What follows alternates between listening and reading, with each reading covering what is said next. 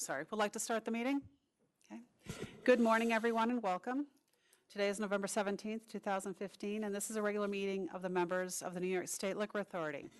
In attendance is Chairman Bradley, Commissioner Kim, General Counsel Flug, CEO Bryan, and myself, Acting Secretary Held. The next meeting dates are set for Tuesday, December 1st and Tuesday, December 15th. These will be the last two meetings in the calendar year 2015. All meetings are held in our New York City office with video conferencing available at our other office locations. Items will be called in the order as they're signed in. First in Buffalo, then Albany, then here in New York City. When your matter has been called, please approach the podium and state your name clearly for the record. Please note there'll be no oral argument on any matter wherein a 500-foot law hearing was held or a full disciplinary hearing was held by our hearing bureau. Prior to the first item being called, Counsel's office has presented a proposed emergency summary order suspension. It's been marked agenda number 2015-025-630 for license serial number Albany OP 218-7151. Oh, I'm looking at the wrong one. You're right. Shouldn't have doubted myself. 217-2971, issued to Pulver Pub. Sorry, Lisa. Doing business under the trade name Smoking Bull. They're located at 53 North Lake Avenue in the city of Albany. Presenting for Counsel's office is Deputy Counsel Ogden. Good morning, Chairman Bradley and Commissioner Kim. Good morning. Counsel's office requests that the license issued to Pulver's Pub, LLC, doing business as Smokin' Bull, located at 53 North Lake Avenue in Albany, be summarily suspended due to a recent incident where numerous underage patrons were permitted to consume alcohol in the establishment. A multi-agency operation consisting of members of the Albany Police Department, the Department of Motor Vehicles, and investigators with the State Liquor Authority was conducted on Thursday, November 12th, and into the early morning hours of the 13th. This operation was a result of information received by these departments that indicate minors had been consuming alcohol in this establishment for some time. On this night, two State Liquor Authority investigators entered in an undercover capacity and observed numerous sales of alcohol to patrons who appeared to be under the age of 21. At no time did they observe the bartenders ask these patrons to show proof of age at the time of the sales. When the entry team arrived, which consisted of uniformed officers, there was approximately 125 patrons inside, and it was determined by law enforcement that nearly all of them were under 21. Investigators obtained over 30 written statements from underage patrons who indicated that they consumed alcohol, with 30 of those patrons admitting to actually making the purchase. The investigators in the undercover capacity directly observed approximately half of those minors purchase alcoholic beverages from the bartenders who again did not ask for identification. The licensee, Mr. Pulver, was at the establishment during this incident. His attempt at verifying the age of patrons, although meager at best, was done at the door upon entry. As the record before you reflects, nearly all of the 125 patrons were minors, despite the fact that the licensee claims they had a 21 and over policy just to get your foot in the door. The Department of Motor Vehicles issued 71 appearance tickets to underage patrons for being in possession of a fraudulent license, and the bartenders were also issued appearance tickets for selling alcohol to minors. It's clear that the licensee is incapable of properly supervising the establishment, and he has no regard for the Alcoholic Beverage Control Law. He made alcohol easily accessible to numerous minors and permitted the sale and consumption by them.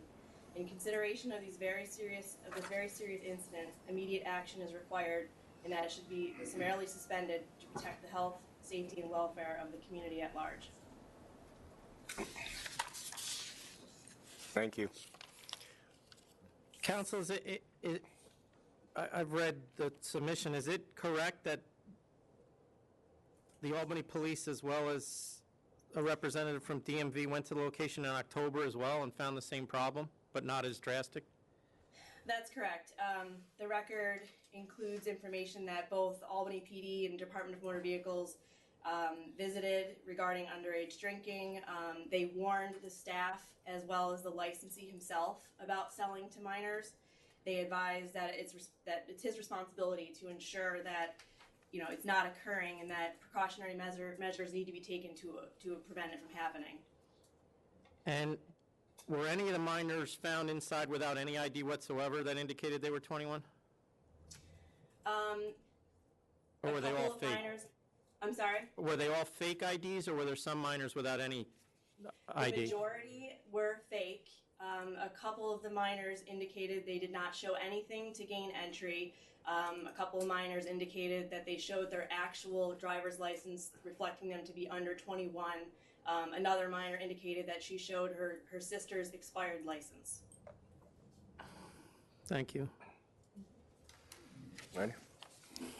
So I think it's a pretty clear case here of blatant disregard of ABCL law, allowing minors freely into this premises and then serving them with no control. I vote to summarily suspend the license. Counsel, I do have one more question. Is this located near a college? Oh boy, North Lake Avenue. Yes, it's in the college town. There are several colleges located around the establishment. Yes. So I vote to summarily suspend as well, based on the submission as well as counsel's argument. It's obvious that, one, the manager was put on notice that we had concerns about it, and two, being in a college area, I think that he has shown a complete lack of responsibility. So I vote to summarily suspend as well. Thank you. Thank you. Jackie, I have announcements. Oh, yes. Prior to going to Buffalo, one, please silence your cell phones. Appreciate it. And the chairman has an announcement to make. Announcements. The first announcement is council has drafted a advisory that will go up on our website today regarding the sale of private collections, and that's going to be up on the internet until November 27th for public comment. All public comment should be directed to Secretary Jacqueline Held, and then it will be at the December 1st meeting for a vote after we review the comments, and anyone can obviously come and make comments at that meeting as well. The next announcement is in regards to Jacqueline Held. Secretary Held has been promoted to Deputy Commissioner of Licensing for the State Liquor Authority.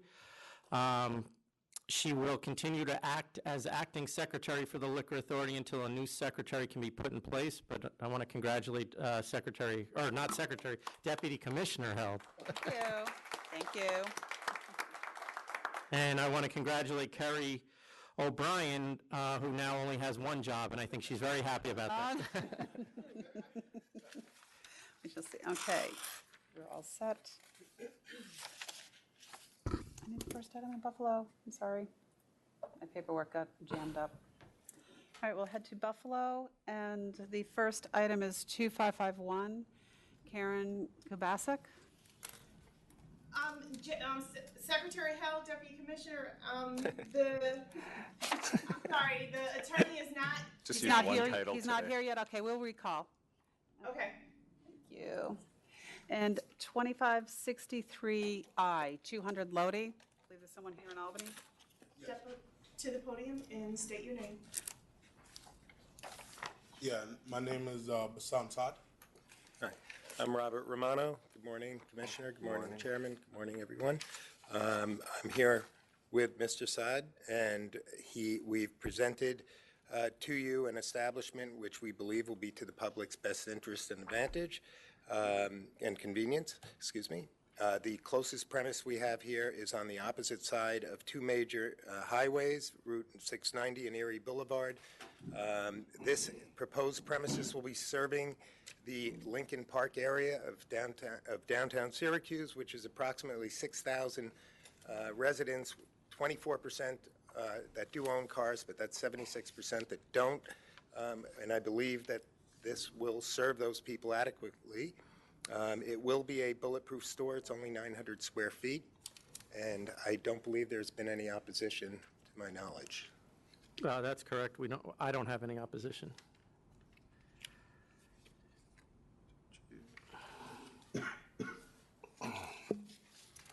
What is the address of the location? Because I have 200, and then on your map, some of them indicate 300 Lodi. That's it? No, 200, It's 200? yes. yes.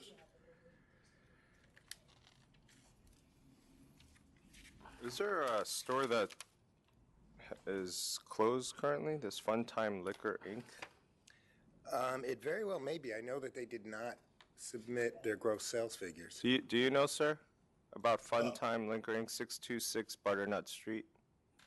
60. No, I'm not familiar with it. Not familiar with that one? Still active. Still active? Can we send somebody out there? Yeah, it was referred to enforcement.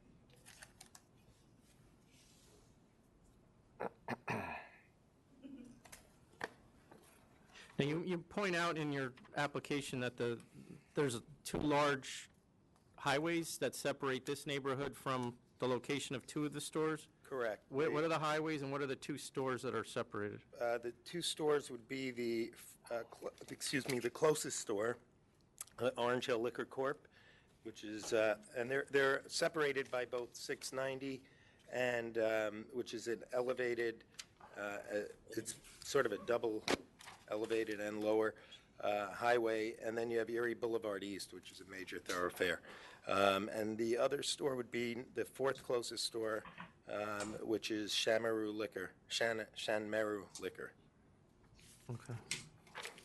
And this really is to serve, as I mentioned, the northeastern portion on a map. It's, there are roughly 6,000 residents within that area that right now would have to go across Lodi Street, another major street, to either the Orange Hill Liquor or go further north and northwest to Wine at 105.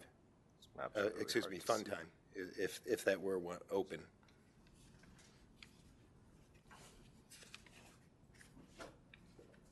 I mean, this is a driving community, and it seems that these other three are very close. Well, They're it 5, actu- 6 minutes away. If I may, the figures that I had, when I had looked up the demographic of the area, it did show that in this area, 24% of the people, of the residents own vehicles, and that would leave, as I mentioned, 76% that do not have vehicles would be required to either take public transportation or walk. And it is Syracuse, it does get cold.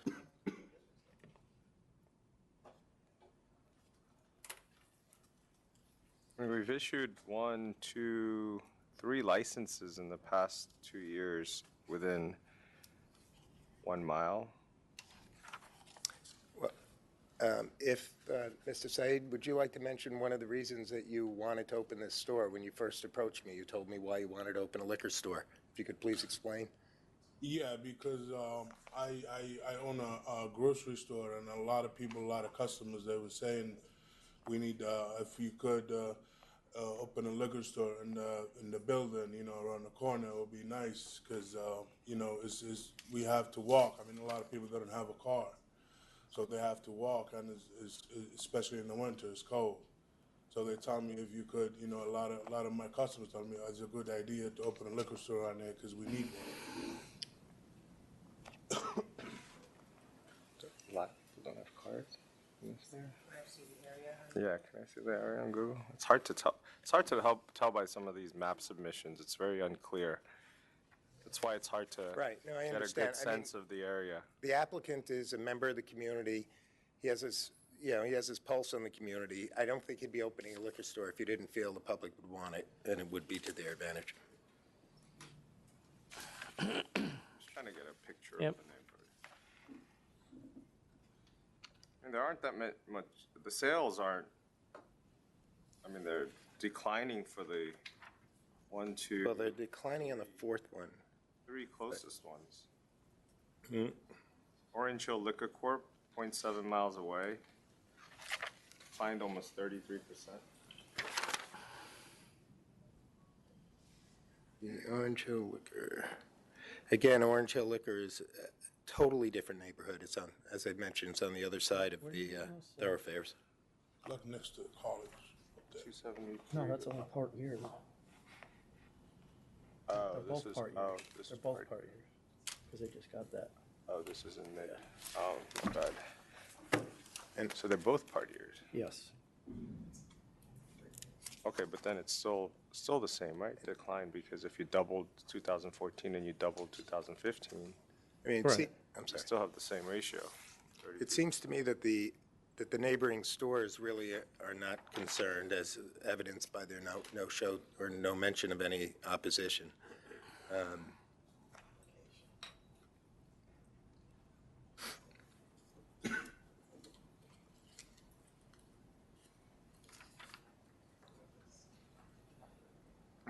It's hard to tell. I mean, based on the neighborhood, Google View, is this called Google Earth? Google View of the neighborhood. They have a lot of single-family homes, and they seem to have cars in almost every lot, every parking driveway.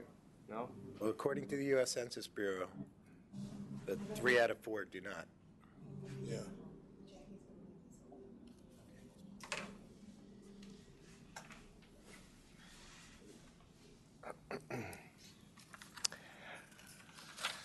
I don't know. I mean, initial reaction was that unless that Fun Time liquor store had closed, that it doesn't, that all the data doesn't show that there's a need for another liquor store at this time. It's too far.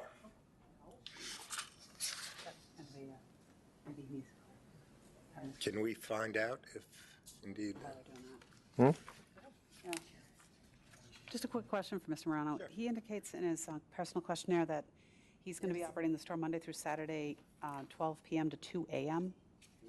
No, he will He fixed that? Yep, we'll correct that if you'd like. Was this the but that will personal close questionnaire by- from his grocery store application? Probably. That, Did you file that? I- I need to be updated. So who's going to watch the grocery store? I have my girlfriend, and she's in the grocery store, and they too close. I can't manage both. They too close, and I can't control both. She's running the store actually right now. I spoke to her Yeah. half I an mean- hour ago.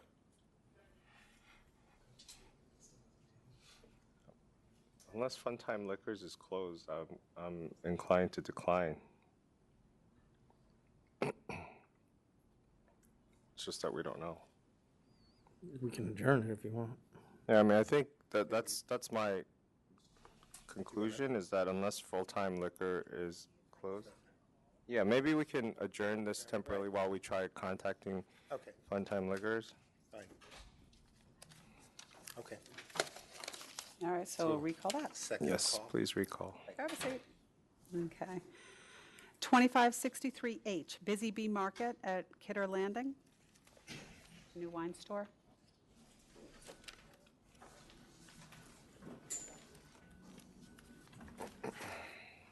Please state your name.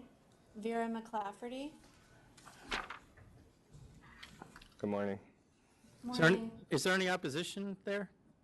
There's no opposition present.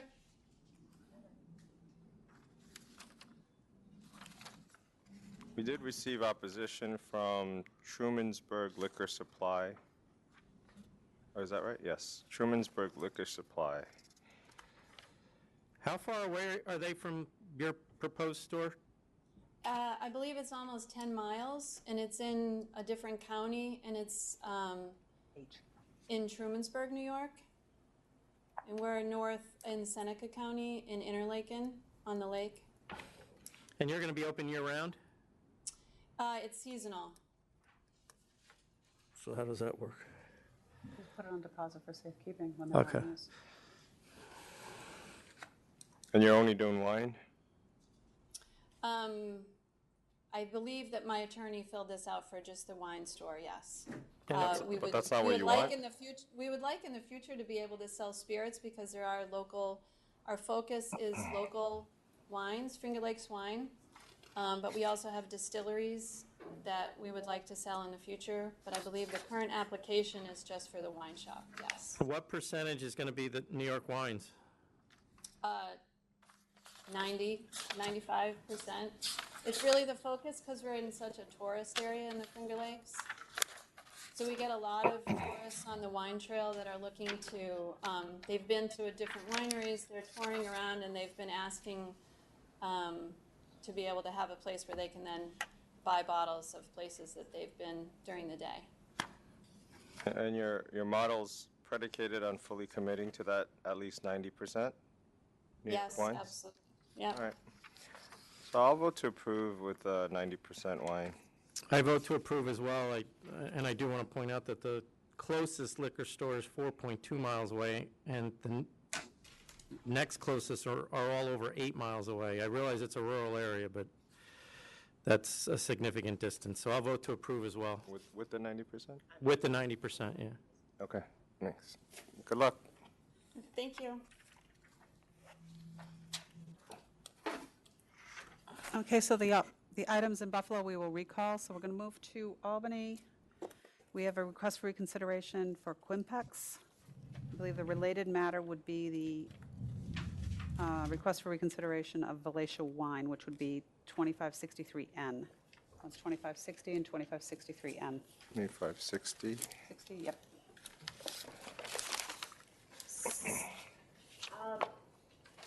Alrighty. 63N.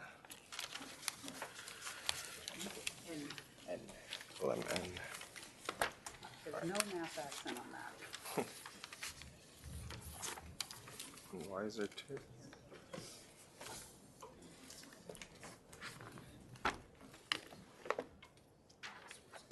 Oh, this wasn't. This was this. Oh. Oh, These are the, you remember this, right? yeah. Okay. Yes. Good morning. Francis Buscemi for Valatia Wine. This is a request for reconsideration. With me today is Fang Wu, the principal of Valatia Wine. Mr. Wu did operate, I want to point out, the store under a temporary retail permit for 3 months until the application was disapproved and then temporary rescinded. An unfortunate set of circumstances, I think, took place with regard to this application where full disclosure could have been made, should have been made. Mr. Wu went to an Oliver Chu, an attorney, to be represented. Apparently, Mr. Chu deals more in immigration law than in these types of matters. And two deficiency letters were received, which were not properly addressed. They should have been, could have been, but were not. The questions presented were the source of funds, the involvement of his sister, Yang Ling, how management would be taken care of at the store, and a joint account which was opened up, what would appear to be a joint account with the seller and Valatia Wine. Mr. Chu, without getting the input of the applicant, made up some responses to the State Liquor Authority with regard to these matters, told the applicant that he wouldn't even bother submitting documentation with regard to source of funds unless he was specifically requested to, never went over the application in detail with the applicant, a submitted personal questionnaire without a signature on it even. And you have I don't want to harp on it, but you have the affirmation of Mr. Chu. It's the last exhibit in what I've supplied to the Liquor Authority. What we did do in our reconsideration request was to fully detail the source of funds. We laid out where everything was coming from, personal questionnaires on everyone, the bank accounts of everyone, the loan letters and gift letters. With regard to management, which was raised, I want to point out that Fang has moved up to Chatham. He's been living up there since the business was purchased, and he started operating it, and he's still living there. There was a question concerning a joint bank account that had the name of Kinderhook. That was the seller on it. We supplied a letter from, I think it was Atlantic Bank, explaining it. Mr. Chu just, without consulting anyone, just made up a story about how it was a joint account that was opened up with the seller, but the money going into it was the money of Valatia Wine from the operation of the business under the temp. Totally wrong, just nothing to do with reality. Valatia Wine was doing business under the trade name Kinderhook. The bank, for whatever reason, because I think Kinderhook had an account also at that same bank up there, they put, instead of just putting the DBA on, they put an LLC after the DBA. The bank explained it in a letter. It was not a joint account. It should have never been stated that it was a joint account. With regard to the involvement of the sister, Yang Ling, initially, the brother and sister went to Mr. Chu and wanted to go into this business together. Mr. Chu formed the company and advised them both that you only need one person to go on the license, and that he only put Fang into the corporation. The sister, Yang Ling, accepted that, stepped back, decided that it wasn't necessary. She didn't have to be involved in the business, and in fact became pregnant, found out that she was pregnant in April, so she just assumed not to have that much of a role in the business, didn't want to be an owner, and unfortunately suffered a miscarriage in July. So her goal is to have a family. She's trying to get pregnant again, and the only role she wants is helping out on Sundays, working part-time. Mr. Chu requested to put in a personal questionnaire for Yang Ling, put in the questionnaire, unsigned, just checked off what he wanted to check off on it, without going into any detail at all with either Fang or Yang Ling. The deal was closed on the temp. Fang has made an investment of approximately $400,000, subject to loss. There were 2 promissory notes that were given to the seller. And again, when the Liquor Authority requested these notes, Mr. Chu just didn't even bother providing it to them. The notes are they were there. I mean, we provided the promissory notes, 2 notes totaling approximately $450,000. So there's a total investment here, including the promissory note, of close to $850,000. Mr. Fang moved up to Chatham with his wife and 2 young children with the idea of operating the business. He did operate it without incident for 3 months. There was no reason why all information couldn't have been disclosed when requested by the Liquor Authority. I believe that we've made a very detailed disclosure, the type of disclosure that should have been made in the first instance, and I would request that reconsideration be granted and that the application approved. So if most of the funds came from the father, why were they divvied up in so many ways through other people, and then they all just in return passed it along to the applicant? Some of whom aren't even related to him. That's correct. They were friends of the father. That money was coming from an account in China. But you're not answering the question. Why not one person? Why did it go through 5? Because China's not going to permit more than $50,000 to come out at any one time. Good answer. True. And it's Sure. Yeah, no, I know. Should I have a quick conference on this? Yep. We're just going to go into executive session. I'm coming.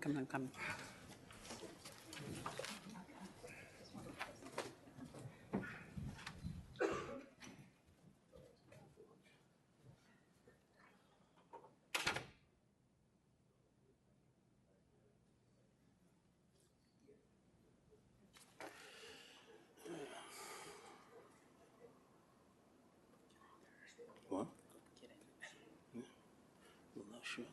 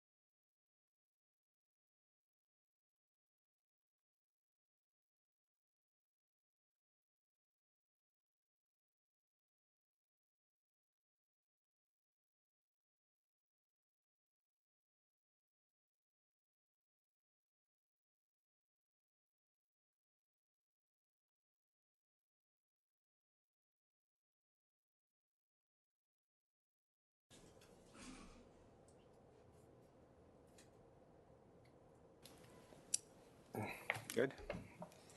So this is before us for reconsideration, not an approval. And the main reason why we got into this mess was because there was a deficiency of documents submitted, and also, obviously, by the previously acting attorney, a lot of misleading statements. If Can you we read say? his affirmation, Commissioner Kim, it's, Sure. yeah, I mean, I couldn't believe it. All right. So, given these circumstances, and now that all the information that we've requested has been submitted, I'll grant the reconsideration. I'll grant the reconsideration as well. Thank you. And the next, licensing? Okay. Okay. Now we're on 2560, Quimpex.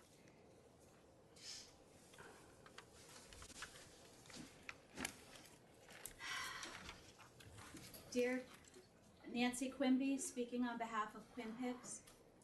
Good morning. Charles Lynn, in opposition on behalf of Kinder Wine and Wild Horse Liquors.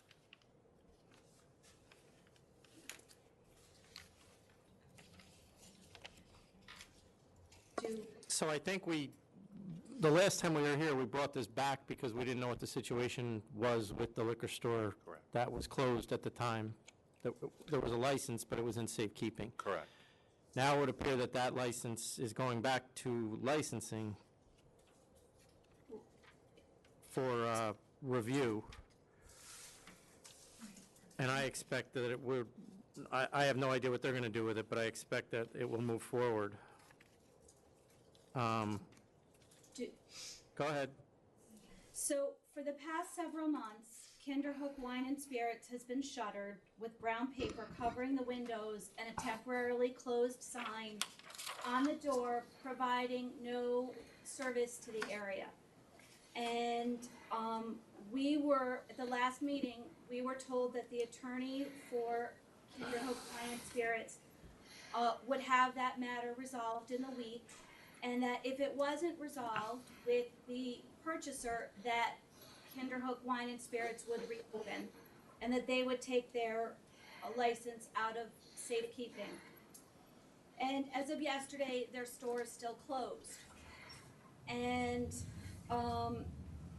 the current licensee always had the right to remove their license from safekeeping and resume their business while this other issue was being taken care of. That's actually incorrect. That's incorrect, I believe. That was taken away from them, correct? Because we disapproved?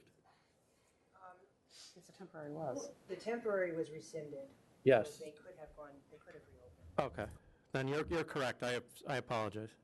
Okay, and so this could have been done when the purchaser was initially denied their license, and then Kinderhook Wine and Spirits could have kept their doors open and kept serving our community. But they did choose to keep it closed, and that was their business decision. But is it proper that a business with a license in safekeeping can protest a pending application such as ours? I have a few rhetorical questions here because I'm just confused by this. Furthermore, is it appropriate to remove a license from safekeeping, not reopen their store, yet still protest our appeal as if they were a bona fide, currently operating license? No, it's still inactive. Are those rhetorical questions, or do you want us to try to answer those questions I for you? do.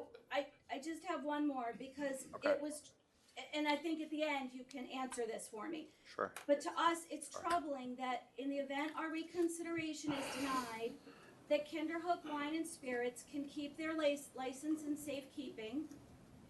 And furthermore, is it a privilege is there a privilege that they have to oppose us while their license certificate is in safekeeping? So I think the main focus of your questioning and your, I guess, premise for confusion or not understanding fully the process is that the opposition itself is not as determining as I think you're making it out to be. The fact that even if Kinderhook didn't show up and we never heard from them, we would take the totality of information before us to base our decision on public convenience and advantage standard. And so, you know, a lot of your questions are premised on why is Kinderhook allowed to, or why is Kinderhook doing this, and can they do this if they are in safekeeping? And those questions really are irrelevant for the final determination.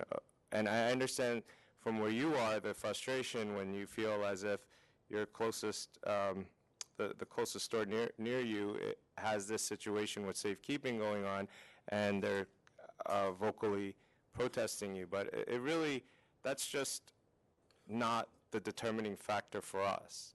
So it really wouldn't have mattered what they're saying or whether they said anything at all. And I think that we need to point out that anybody can protest a store. It doesn't matter whether it's another store, the public, a neighbor. It's a public forum, and that's why it is a public forum for those protests. But like Commissioner Kim pointed out, that's not a determining factor per se.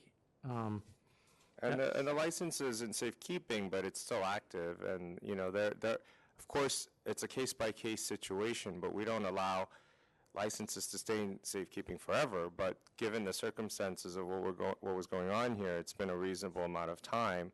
And now that we see that it's going back for reconsideration with the possibility that it's going to be approved, nothing has changed with your prior application for us to grant reconsideration here in your case. If, when it goes back to licensing, if licensing denies the application, then I think you come before us, it'll be a different set of circumstances for us to consider, and then reconsideration could be granted, possibly be granted at that time. But at this time, there's nothing that's really changed in terms of what you're presenting, except for wondering why Kinderhook is acting the way they are. And so I vote to deny the reconsideration. I vote to deny as well, just for the same reasons. This came before us once before, and we denied it based on the locality of the other liquor stores that were, one of which is very nearby, and the type of village that it is, and the size of it. And nothing has changed since then, because as Commissioner Kim pointed out, it appears that Kinderhook Wine is going to be operating. Their license is, while in safekeeping, still active, and it looks like that transfer, while it's in licensing, more than likely at this point will go through.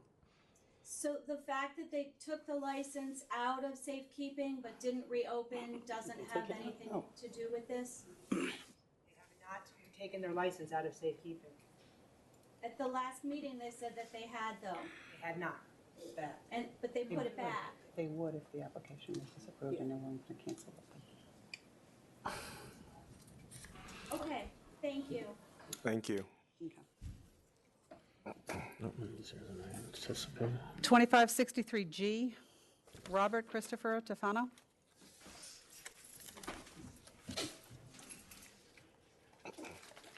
Hello. My name is Robert Tufano. Do we have anyone in protest? No, Commissioner, we do not. Thank you.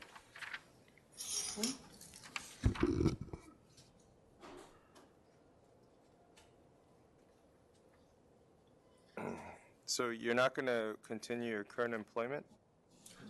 Sir, I own a restaurant which is directly across the street from this. My family, which helps me with that restaurant now, mainly my two older sisters, nieces, other family members are involved there. And I plan to completely move across the street. We're within 50 yards of my current pizzeria restaurant. So I'll be at the liquor store full time. But I did actually look this guy up. Do you sell alcohol in your pizzeria? We do not, sir. All right. Well, ready? Any questions? This is the only question yeah. May I just give you just a brief background? Yes. Sure. So I grew up in New York State, but went to California for about 20 years where I worked in law enforcement. I just bring that up only because I want you to understand that I do have a knowledge of serving alcohol to minors as part of my job as a detective, I went out with the State Liquor Authority in California many nights, did bar checks. I just want you to understand, I have a full understanding of not serving minors. They've opened yet? The neighborhood that I'm in is in need of a liquor store. We have none really close to us. We're kind of a unique situation where my pizzeria and plaza is. We have our own pharmacy. The only thing really missing in our neighborhood over there is a liquor store. And a lot of my customers, I have a rather large customer base through my restaurant. I've been there for 5 years. I took it from a closed business to a very successful business. And I just want you to know that I have an understanding of the business background as well. How far is this? No, I'm just having a check. 3.8 miles. It from 3.8 miles. That's pretty far. Okay, I'm ready. All right, we're ready. So the 4 closest stores have had very strong increases in sales.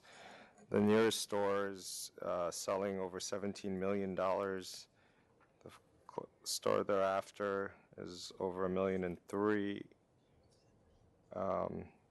Is that right, or is it carried over? Oh yeah, and then you have another store, the 4th closest, which is over $9 million in sales. So there's I think with increasing sales at those levels, I think there would be also a public convenience and advantage in the location of this particular store. So I vote to approve.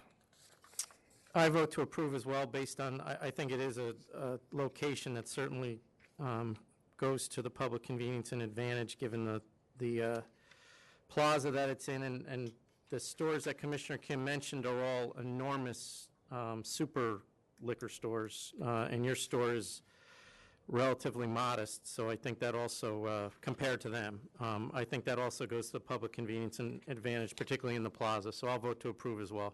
Good luck. Thank you so much. 2538, Apple Barrel. It's a request to reconsider. A full board disapproval of the wine store.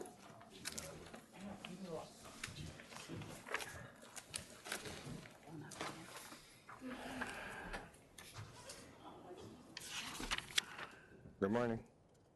Good morning. I'm Eric Goodrich. Opposition for the Apple Barrel license, actually. Oh, is the applicant there? Well, let's hear from the applicant first as a reconsideration. No? Not here. No, sir, he's in opposition? Applicant. Right, but we don't have the applicant there? No, we do not. All right. I was good tonight anyway, so. Have something? Let's have a conference outside. Excuse us, we're going to have an executive session on this.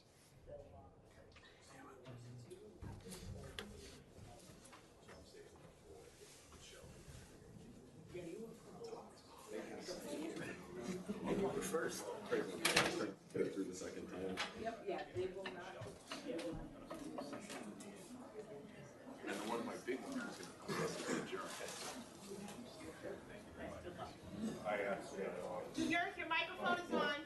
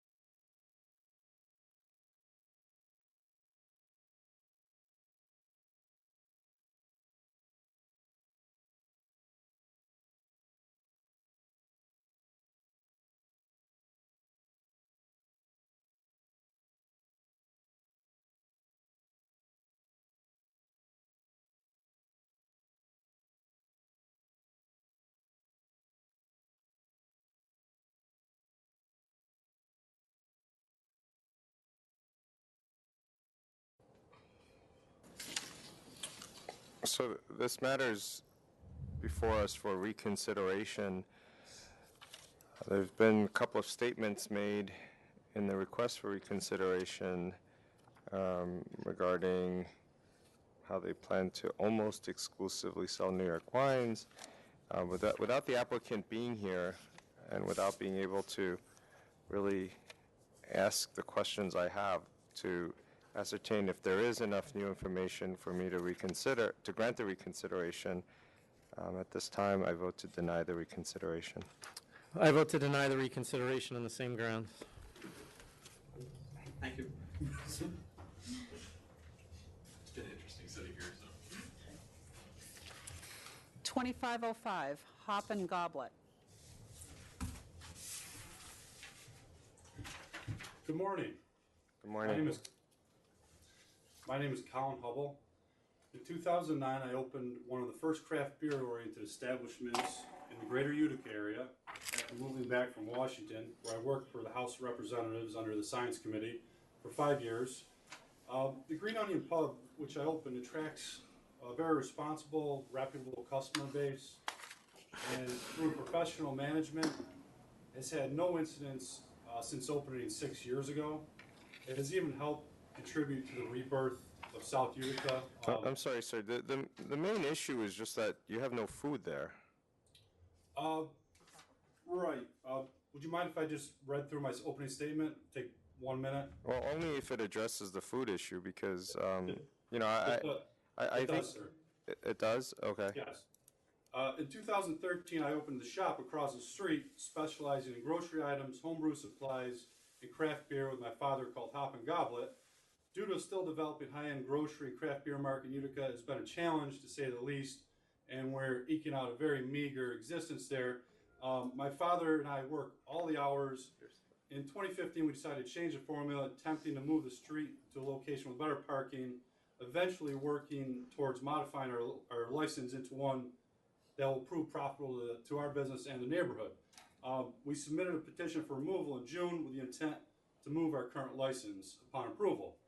Unfortunately, our timing was as bad as it gets, because after taking pictures of some groceries at the new location, primarily for marketing purposes, to build a website, create excitement about the potential new site, we were delayed in getting them back to the location.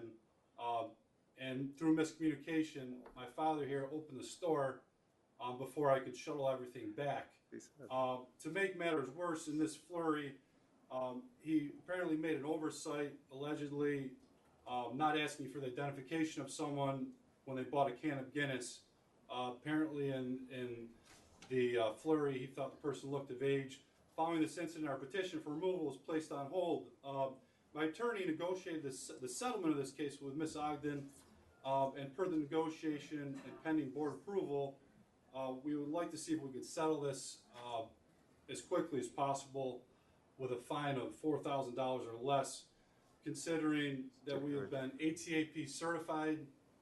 I already was for the pub, but we have been again on the retail side of things since this incident.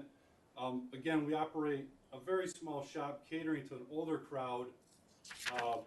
The alleged incidents were truly anomalies that will not happen again, and we have reviewed and revised company policy to ID anyone coming in the store. We have a scanner en route, and again, the last thing we ever want to be is non-compliant with the authority, as it is of the most importance to keep underage people from purchasing alcohol, and to always appear to address your question as a bona fide business under what we know is a privileged license. Please be assured that we are just trying to run a bona fide business and work within the license that we have. It is our hope that you'll take these factors into consideration while resolving this matter in the most reasonable manner you see fit for this fledgling small father and son business. I appreciate your time and consideration. Thank you. So I'm a little confused now. Okay, so you had a store across the street, right? Yes, sir. You had a grocery store. Correct. and you file for a removal across the street. Oh, sorry if I confused the matter. I have a pub that has been successfully ran without incident for 6 years. In 2013, I opened another business called Hop and Goblet across the street, which has really been struggling. It's become a glorified hobby for us. We're making no money. We are trying to move it to a new location down the street, and in an effort to get our marketing website together, one morning we moved all the groceries for the most part down there to take pictures and make the place look ready. In no instance was any alcohol ever moved, or were we not running a non-bona fide grocery store. It just so happens Murphy's Law. So you that's moved all the when we food did to this. the other store, and then what happened? And then you moved it back after you did the photo shoot? Correct. And just so happens that day we did that, my father opened up before I could move everything back. And So all the food is back where you're licensed at 2007 Genesee Street, correct? Yes, sir. Okay. That's all. You could have saved us all everything. That's all I wanted to know from the moment you spoke. But sorry, there was another. So, charge. I mean, I'll accept the offer of $4,000. I accept the offer as well. Thank you. Thank you. One question, Guys, members. if I could just Wait, we have one question, sir. Hold on, please. The licensee did request in their offer that they qualify for the ATAP reduction, but it is a multiple charge. It's not a single sale to minor charge. There was another charge in this. I'm fine with that. I'm fine with that. So. On the whole penalty or? Put the whole portion that- penalty on the, On the 25? No, I think it should be on the sale to minor. So could you break it out for me? well, just put so the that- whole 4,000 on the sale to minor. Okay, There you go. all right. You want Is to like? there no way to lower I don't know that that you with can really the do that, but We just did. We just lowered it for you. Okay, yeah. Do you want like a letter of warning for the groceries? then? Yes. Okay. All right. be better. The sale to minor would be 3,000, and then your non-bona fide could be up to 2,500. So if you do the Okay, thank math, you. And we just Thank gave you you. 25% off, so off the 4,000. So Thank you. thanks. It's Black Friday in the SLA today. All right, thanks. Glad I asked. Okay. There's no one else in Albany, correct? No, there's not. All right, thanks, Ann. Thanks. We ready to go back to Buffalo? No, not yet. Okay, so Buffalo, I'm sorry, you're on hold still. And we'll go through New York. 2563J, Atlantic Cafe. Martin Miller, Mail Buscemi. I realized, or I'm anticipating that the reason it's up here is because there were previous applications for the premises, and there was also there may or may not be opposition from the community board. The applicant was supposed to be with me this morning so that I could assure this board that he had nothing to do with any previous applications. But unfortunately, my office has been unable to locate him for the past 2 days, and I would ask that this be put over for 2 weeks so that I can have him with me when you ask whatever questions you want to ask. I have no problem with that. Thank you. Over to 12-1. I'm going to give you a question now for him, though. Okay. There's information that the NYPD as well as the community board has had a lot of complaints about this location. Yes, no, I could have Okay, answered. so I could we answer have that. an answer for that when No, I understand what came before me, before my client, and yes, I was prepared to, I could answer them now. No, but I no, that's think- all right. Yeah, okay. So what is the date, Jackie? December 1st. Okay. 12-1. Thank you, thank you. 2559, Sofrito. Again, Martin Miller, Mail Buscemi. It's a conditional no contest plea. 559.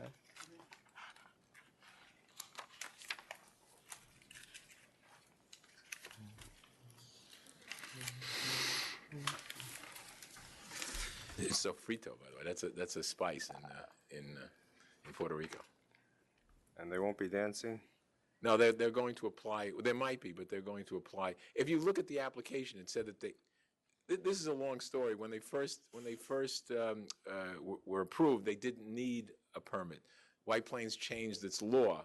So, but if you see the application, you'll see that we did say that we were going to dance, and We have to straighten that out. And All right. until we do, no, there won't be dancing. All right, Okay. I accept the 2,000. I accept 2,000. Thank you.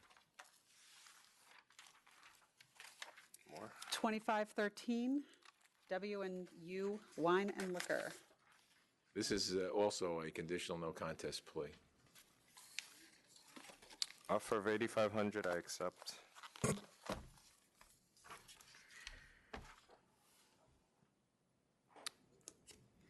I accept as well, but you're aware what's going to happen if he's back. No, Okay. absolutely, but hopefully, Yeah, I know.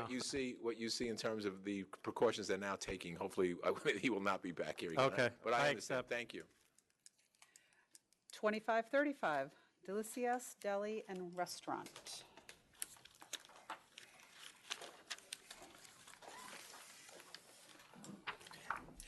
Good morning, Chairman, Commissioner. Good morning. It's Henry Warakomsky. I'm the attorney for the applicant. They're applying for an EB beer license, restaurant beer license in Do you have anything Elmont, from New the York. mayor? No? Is that the only reason this is in front of us? It was originally denied. The only thing I want to mention, Because it's an EB. It's right now, the delegation, we're looking at this down the line, but the delegation says anybody, any eating place beer in these counties. Okay. under 20 persons must come before the board, Okay. just to make sure they're. Yeah.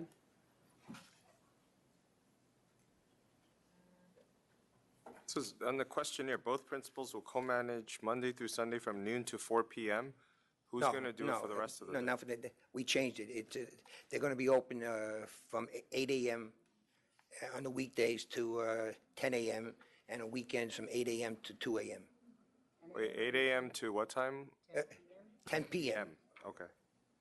And what was the other one? On the weekends, Friday and Saturday, 8 a.m. to 2 a.m. 8 a.m. to 2 a.m. Friday and Saturday. And the bathroom, they have to walk through the kitchen to go to? No. Do you have a copy of the diagram? Yes, I do. Okay, no, it's not, if you look at it, behind the kitchen is an 8-foot wall. It's a hallway. You can see from the, to the right of the kitchen is a hallway that goes into the bathroom. That whole section back there is a hallway. There's a little storeroom back there. But they're walking right by the food prep. Yeah. Yeah, right, but it's a prep table, but this is all open here. This is all open, it's like a hallway. But you're going to get a letter that says that's, Well, they've been approved by the Board of Health. you have a letter that says it? We don't have the license All here, right. but they have a Board of Health license. Well, we're going to need that, not today, but you're going to need to You can send make it that in. subject to if you want, Yeah. yeah. And the Okay. wall, we see with the kitchen, it goes 8 feet high to the ceiling.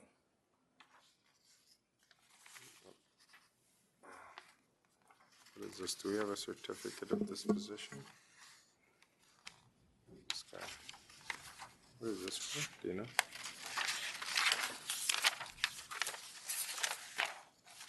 And then there's this issue.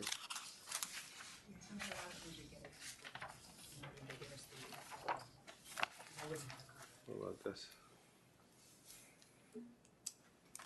Treaty country? Yes, Kerr.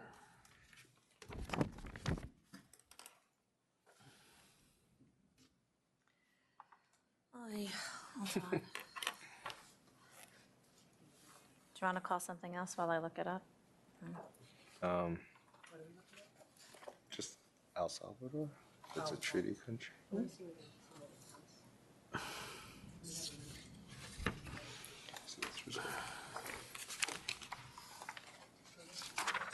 Oh, it's for And the computer's going extra slow. Avalar. Right. It's not a good one.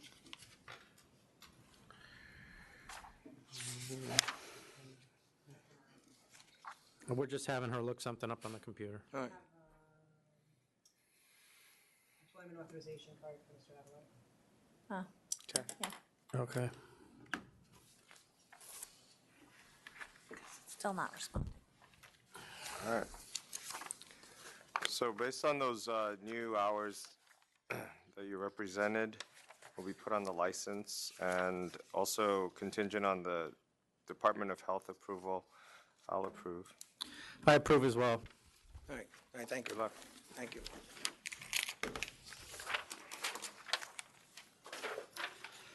2485 Liberty Deli Mini Grocery.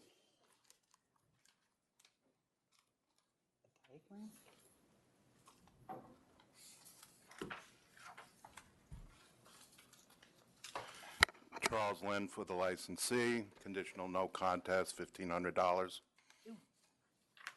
check that out. It's workers' comp. 2485, right? Yes. License is surrendered already? Yeah, that's a Oh, problem. it hasn't been surrendered. It has, it was surrendered. But not in 2017. Oh, license has been surrendered. Yes. It's a working comp. What's the calculation again on working comp? 5 months this was. It was 500 for 3 months, then 1,000 for 3 to 6 months. 500 for 3 months. Since it's Black Friday, if I have a cashier's check for $1,500, does that help? Or 3 to 6. And he's already out of business. Also, it would have only been 1,000, but he brought $1,500 check. Let me, hold on, I'm going to pull up what you signed off on. They have a mail-in rebate. When we See, I shouldn't open my mouth. Counsel's office had told me $1,500. Oh, did they? Yeah. I'm sorry, yeah, 30 days or less is $500, 3 months, 30 days to 3 months is 1,000, 6 months, 3 It months was to over 6 6 months. It was is over. 1,500, 6 months Okay. to 9 So months. 1,500. 2,000. Okay. Accept. Accept, sorry. I accept as well. Can I give this to Madam Secretary? Okay. Or send your receipt. 2537 8808 Rockaway Liquors. Yeah, we're always coming back. They don't think we're serious.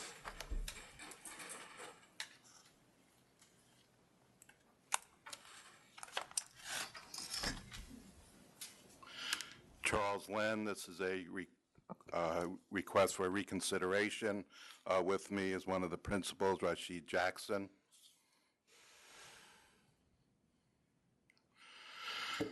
I had initially submitted an extensive submission, which I do want to review over as bullet points. But before I do that, I did have a supplemental submission that I was late. I didn't submit until Friday. We got it and read it. Okay. Should I make any further comments on it, or is it pretty much self-explanatory? If you want to, I don't know. Well, just for the record, because this is the closest store. Okay. And the only store that is protesting this application. And I submit that the subpoenaed records from Empire and Southern show that the figures that were supplied by the licensee were not correct, that the product that was bought from Empire and Southern, well, just as an example, in 2012, the gross sales letter states that Hurricane Sandy, so loss of $1 million, so it doesn't show any figures at all. Hurricane Sandy hit in October 29th, 2012, so there should be at least 10 months of sales figures. Nothing was put down. 2013 shows sales figures of 187,000. Purchases for Empire and Southern totaled 578,000, whereas there was only 187,000 shown as sales. And even on that 578,000, which is just the cost, you know, usually consider maybe 14% markup on liquor, 40% markup on wine. So if you add another 25%, which doesn't even include 10% sales tax, you're talking about sales figures probably close to over 700,000. And then we go to the exact same thing for 2014, same amount of figures, purchases 648,000, doesn't include the markups and the sales tax, so you're even close to 800,000. And then I was able to get the figures for 2015. For whatever reason, only 3 months were submitted by the licensee, but getting the figures from the wholesalers, there was a number of 700,000 was the amount that was shown, and again, that didn't even include October, November, and December, without the markups as well. So I don't believe that the licensee was truthful, and I didn't even subpoena the records of, say, O-Pee-Chee or any of the other houses where you may have had $50,000, $60,000 of additional sales, but that's all speculation. I just got Empire and I just got Southern. Those are purchases from the distributors, correct? They're not- Correct, yes. So, I mean, if you have a business that's losing money and you make all these purchases, but you're not able to Well, it's actually except sell. that it seems to me that if you're losing money in Why would you buy more 2013, inventory? why would you buy $680,000 worth of more inventory? And the store is only 1,000 square feet, and it is bulletproof, and there is no place to put any kind of inventory like So that. what do we do in a situation like this? Do we send enforcement to also check the records? I'm going to say one thing. I think it's pretty clear that at the bottom of the letter, you're swearing to what you send us. And it's a crime if you're sending us inaccurate numbers. If this is going to be significant, I think we should hold this over. We haven't seen any of this information. I will point out, Oh, well, the information is he's saying that your numbers are completely, and we haven't seen what he presented to it the doesn't attorney. matter. Are they accurate or aren't they? We don't know. We haven't seen it. Well, he's saying the numbers you What put you it. submitted to us, is that accurate? I don't. Well, you know what numbers you submitted to us. Is it number he accurate? submitted Exactly. to you, Let him but- speak if it's accurate or not. Present now, I have close to $350,000 in inventory in the store. You could send someone to look at it? No, we don't care about your inventory. Well, The that's sales part you of- submitted to us. Yeah. Right, for 2011, 2012, 2013, 2014, 2015, you submitted those numbers, correct? Yes, I did. Are those numbers that you submitted to us accurate sales numbers? That's what I sell from the register every day. That's what I count. Is that what your tax return reflects? Yes. My, every quarterly, what I file, that's, I know enforcement can get to the number. My concern is that if this happened, I'm just not going to let it go. no, I understand. My markup, hard liquor is 10%, wine is 20%.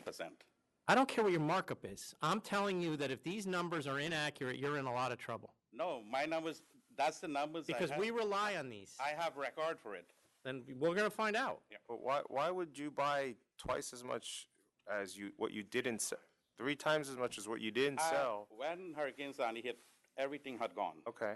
Everything. Okay. I've been there, this is 17 Right, years that was now. 2012. You wrote Hurricane Sandy, business lost $1 million.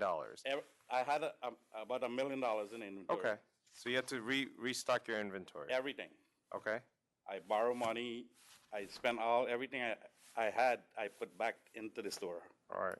Just because he bought something doesn't mean he sold it. Well, that's what I'm giving him the benefit of the doubt, but Yeah, we're going to a find little out. bit at disadvantage because we don't know what was submitted on Friday late. Doesn't matter what was submitted. The only thing we're talking about is whether he gave accurate numbers or not. And he to can us. get these numbers because what was submitted was what he bought from Empire and Southern. So Doesn't mean he sold it. When I owned my bar. How much storage do you have? One. No, how big is it? It's 14 by 100.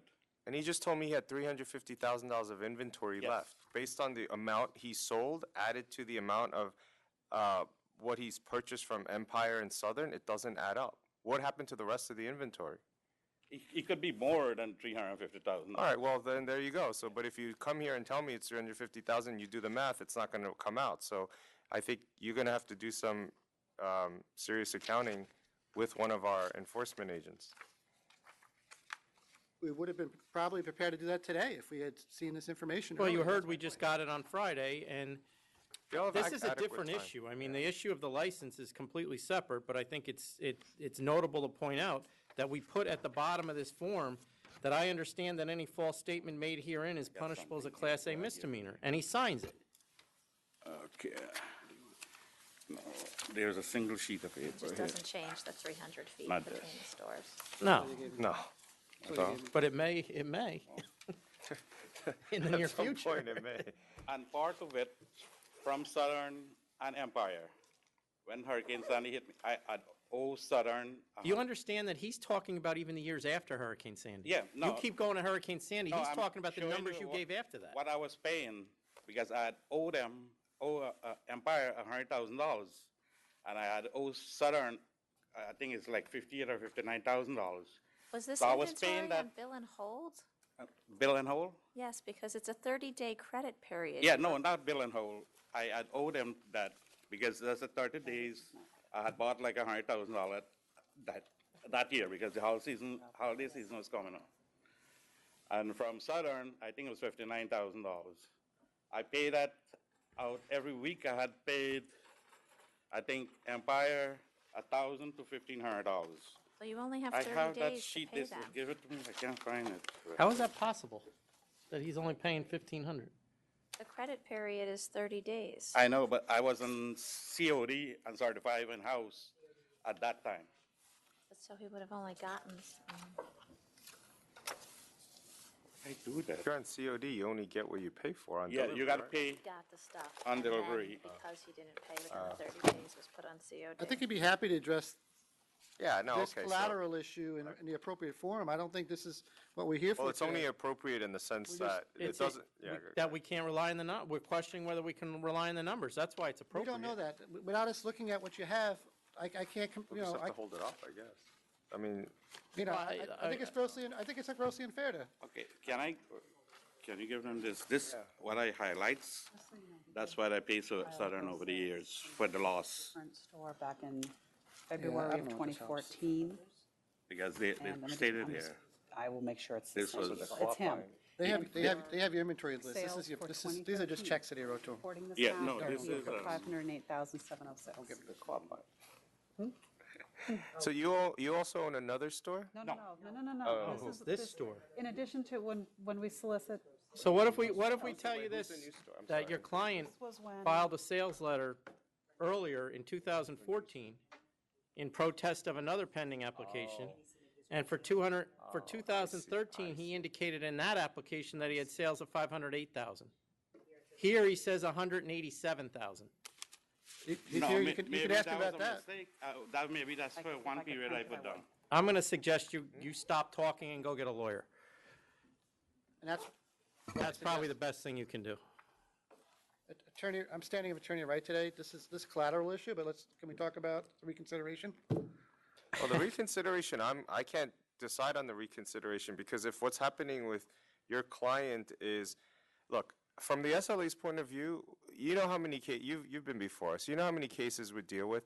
The one thing that I personally have no tolerance for are false material statements before us because it's hard enough for us as a board to ascertain what is in the best interest of the public, and we are given a certain amount of information, and when I find out that it's false in any material way, that to me, I have no tolerance for. So if it turns out that these numbers that your client has submitted is false in any way, then I would take the license away. And if his license goes, then the reconsideration, I would grant it because 300 feet away was primarily the reason why I didn't think there would be any added public convenience and advantage to grant this license. But if that's changed, then I will grant the reconsideration. So that's why I can't judge I can't rule on the reconsideration application until I know what these numbers are, Which is if why- they're true or not. Which is why I asked that you adjourn this, so that we can I address. did, so we don't even need to talk about the reconsideration. Okay. We'll I asked- adjourn the I asked you, How long do reconsideration. we need to do something like that? To do the enforcement action? 2 to 3 weeks. So put it to January? Could we, Can I make a comment or make a request? Sure. Yeah, you started all this. So. Whenever I come to the board, I get blamed for something. This is why you only defend the protesters. You don't. No, this is an applicant. I know, but you rarely have applicants. I've noticed. They're all.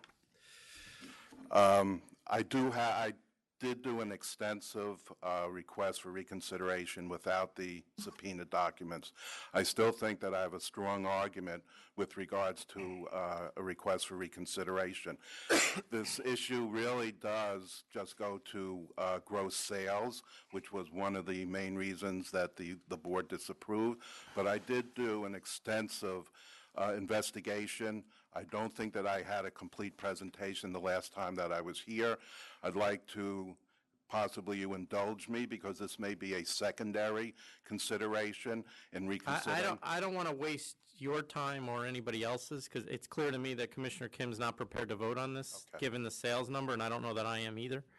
And that was a big deal for me. I know there were character arguments as well, but the 300 feet and the sales number was a big issue for me. And as Commissioner Kim said, if that doesn't exist anymore, I don't think this is that hard a case anymore. Okay. So why don't we adjourn it for as long as it takes us to... That will be the enforcement investigation. There would still, if it resulted in something, a notice of pleading and due process for them in the disciplinary. So it's not. See, that's the only problem. It's not a simple solution because we could be talking into January, February. But if I would like us to find out if there is evidence that this went on, and that would be helpful to me, correct? It would be helpful to me, but I do want to also put on the record, as the chairman pointed out, character fitness is still an issue for me. So I don't want to say that if something were to happen, then X is going to happen over here. No, and I understand that, and that's, matter of fact, that was one of the reasons why I had said that I would like to address those issues that were brought about by the board, and I did address those with regards to letters from the community board and letters from the civic organization and other things. So, yes, I'm fully aware of that, Commissioner. The only other thing is that if it does go to a review, as I said, I only subpoenaed 2 of the wholesalers. Seeing the product that's in the licensee's store, I would imagine that O-Pee-Chee and some of the other wholesalers might be some major wholesalers as well. I think that whoever goes in there will look at those as well. But we'll adjourn it now, at least to see if we can. Obviously, he has every right to due process, but we're going to at least see if we can get more information ourselves. So So we'll just put this over with no date at the moment? no, we can get a You wanna date. give- Yeah. What is it, January 5th? Or You can do the second meeting in December. you say you want the second in No, December? that's part of it, but then I'll try. All right, the December 15th, 12:15? Okay.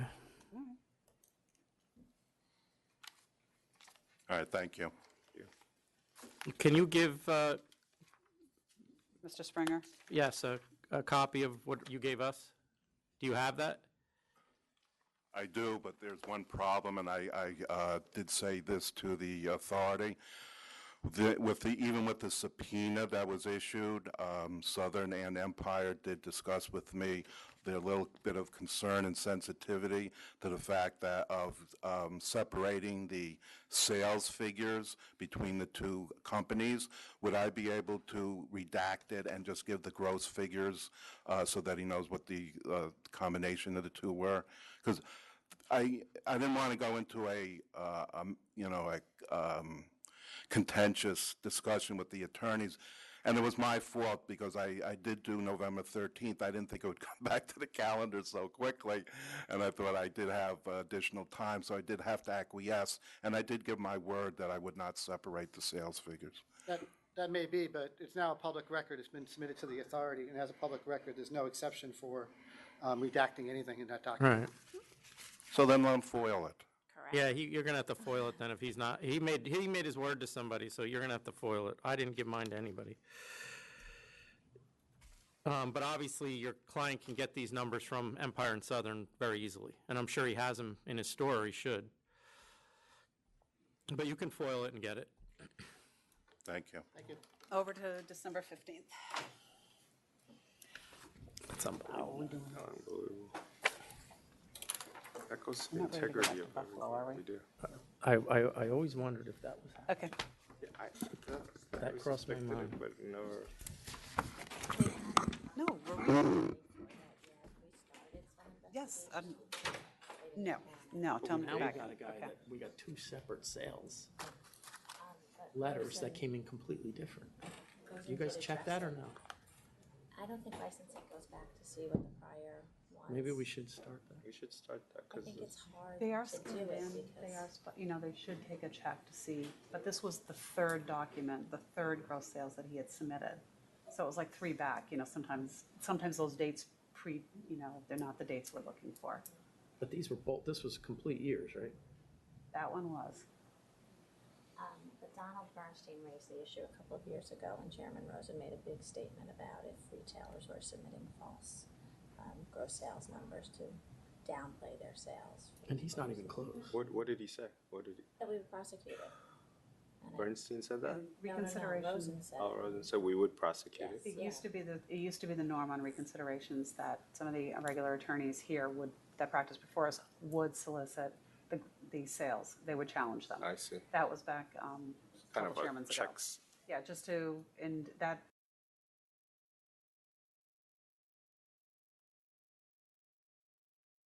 $31, Valentine Grocery.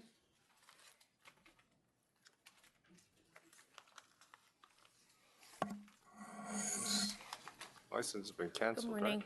Good morning. Andrea Catalina of counsel to the licensee. Good morning. Good morning. Morning. This matter was originally supposed to be heard back in April. I believe that it was adjourned to July 15th, at which point my client did not appear for a hearing. He was overseas. And I guess as a result of his non-appearance, his license was canceled. We received a cancellation notice back at the end of September, and when we were retained, sent a letter to the board requesting to be heard. Well, your client hasn't offered to pay the penalty at this point, and you've also offered no alternative penalty. So what is it that you're seeking as a result of the reconsideration? Well, I don't know if it was that, you see, I do see that our name was on some of these documents, but the request or the rescheduling matter, I don't know that I was ever informed of that, and I don't know what the offer is at this point to pay. Penalty was $6,000. He didn't pay it, so the license was canceled. Are you here today to say that your client wants to pay the $6,000? Are you here to say that he wants a hearing? I'd like to talk to him about it, if I could. Sure. Can we have a brief second call? Yep. Thank you. Sure.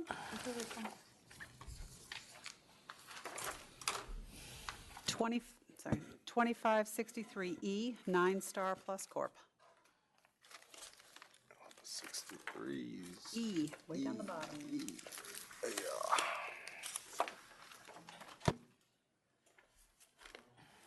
Lawrence M. Gordon for the applicant. Good morning. Is the applicant here? The applicant is taking a final exam. The answer is no. The applicant's taking a final. Who is this man who you just told to sit down? The applicant's father. Are there any protesters here? Or why don't you come up? We'll hear from them first. Is the applicant's mother here? Who? She's here as well.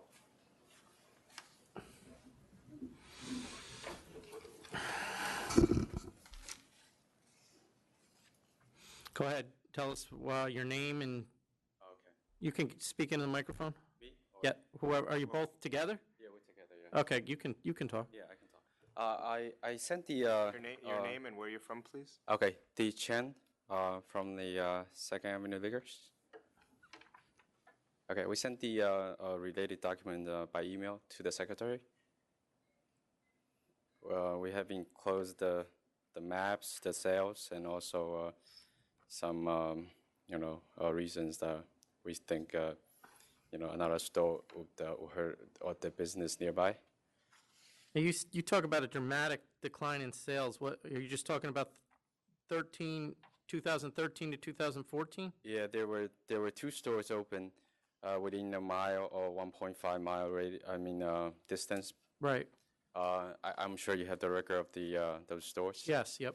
And since those two stores opened, this store has been doing really bad. If you can look at the sales, they've been doing steady, almost $1 million every year until 2014. It dropped to 700,000, and this year we still struggle a little bit. And the third quarter picked up a little bit because we renovated the store and added inventory and dropped the price. We did pretty much everything we could to turn around, see if we can make profit. If I could give some background, we've been there we own the Chinese store. My parents own them in the same shopping center for over 20 years. So we know a lot of people there. So we think that, When you say Chinese store, you mean Yeah, in the same shopping center. My parents restaurant? owned it. Restaurant? Chinese restaurant. Yeah. Chinese restaurant? So we were hoping that, to turn this business around by, by our relationship with the community. But at this point, if there's another store open up literally about 1 mile away, and in the area everybody owns a car, that's like 4 minutes away. It'll definitely hurt the business and probably. You said there are 2 stores that opened up that are walking distance? Yes. But the closest one is... It's one of them to was. you. Oh, I see. 2 miles. Okay. And is Surgit Liquors still open? Which one? Bayshore Wine and Liquor? Wine and Liquor? Bayshore Wine and Liquor, I think they changed the company name or reopened. That's my knowledge. I'm not positive. No, They're still active? they're still active. Yeah, they were closed down and then they reopened, I think. They're not called Bayshore Wine and Liquor anymore? Yeah, I think it was a different name. I don't have the Can we send information here. enforcement? Yeah, that would be. The competition in the area is just crazy. Everybody's cutting the price and cutting the staff. So by adding another store in the area, we really think it's gonna hurt all of us, and maybe drive some of us out of business. Okay, thank you. And he's with your store as well? Oh, yeah. You want to put your name on the record? Just say your name. Tao He. Thank you. Thank you. We're talking about a distance of, I believe, almost 1.5 miles, and we're talking about a self-contained shopping center, which has a Compare Foods supermarket. When you say we're talking about, is that where your client's going, or are you talking about their store? Forgive me, I'm talking about where my client is going. So my bigger concern is, based on the sales numbers here, which I'm assuming are accurate, given our last case, who knows? All of the sales numbers are either flat or declining. So what is your client adding to the area? Because there's a new store license in 2012 that's 2 miles away, and there's another store license in 2014 that's 2 miles away. Okay. By virtue of the fact that the Brentwood Shopping Center is self-contained, quite a busy shopping center, there is a need for a liquor store, which the landlord noted. There hadn't been a vacancy within that shopping center for quite some time. And to be quite honest with you, the landlord welcomed the fact that a prospective liquor store was coming in. Once again, we are talking about an area where people go to a supermarket, they go to a drugstore, they go to a laundromat, not specifically to buy a bottle of wine or buy a bottle of liquor. I don't get the relationship that, by virtue of the fact that the Chinese restaurant, I believe, is next door to the prospective place, how culturally that's going to affect the community. I'm totally mystified by the protesters' remark. I don't know. I don't understand what you're saying. I don't think he made a cultural reference. He was just saying that he was in that shopping center where his restaurant is. Indeed, the Chinese restaurant is within the shopping center. I just don't understand the relevancy or what. I think he was giving us a historical background about how he ended up in this business. Okay, but what does that have to do with a liquor store approximately 1.5 miles away from a shopping center, again, with a large supermarket, stationery stores, and different vendors, where it certainly would be in the public interest and public convenience to have that store within the shopping center. People see, it may be, and I think you're missing the point I was trying to make. It may be in the public convenience for the people that are in the shopping center, but the sales figures indicate to me that the community is being adequately served by what's there. And the whole point of us doing this exercise is so that we don't have a liquor store in every shopping center, because there's not a need for one in every shopping center. So based on the numbers that I'm seeing, I have trouble finding the public convenience and advantage. And is there something your client is bringing to the table that these other stores are not bringing? Such as product, such as anything? Well, the answer is no. No. That was refreshingly honest. However, I appreciate that. The honesty. After what I You're the just first said. I'm lawyer. not going to tell you Grimm's fairy tale. You're the first lawyer in here that hasn't told me the fairy tale, so. But once kidding, he's again, kidding. you know, I have a question. The $60,000, where's that coming from? that is a gift from the applicant's father, Okay. which was clearly set forth on the application.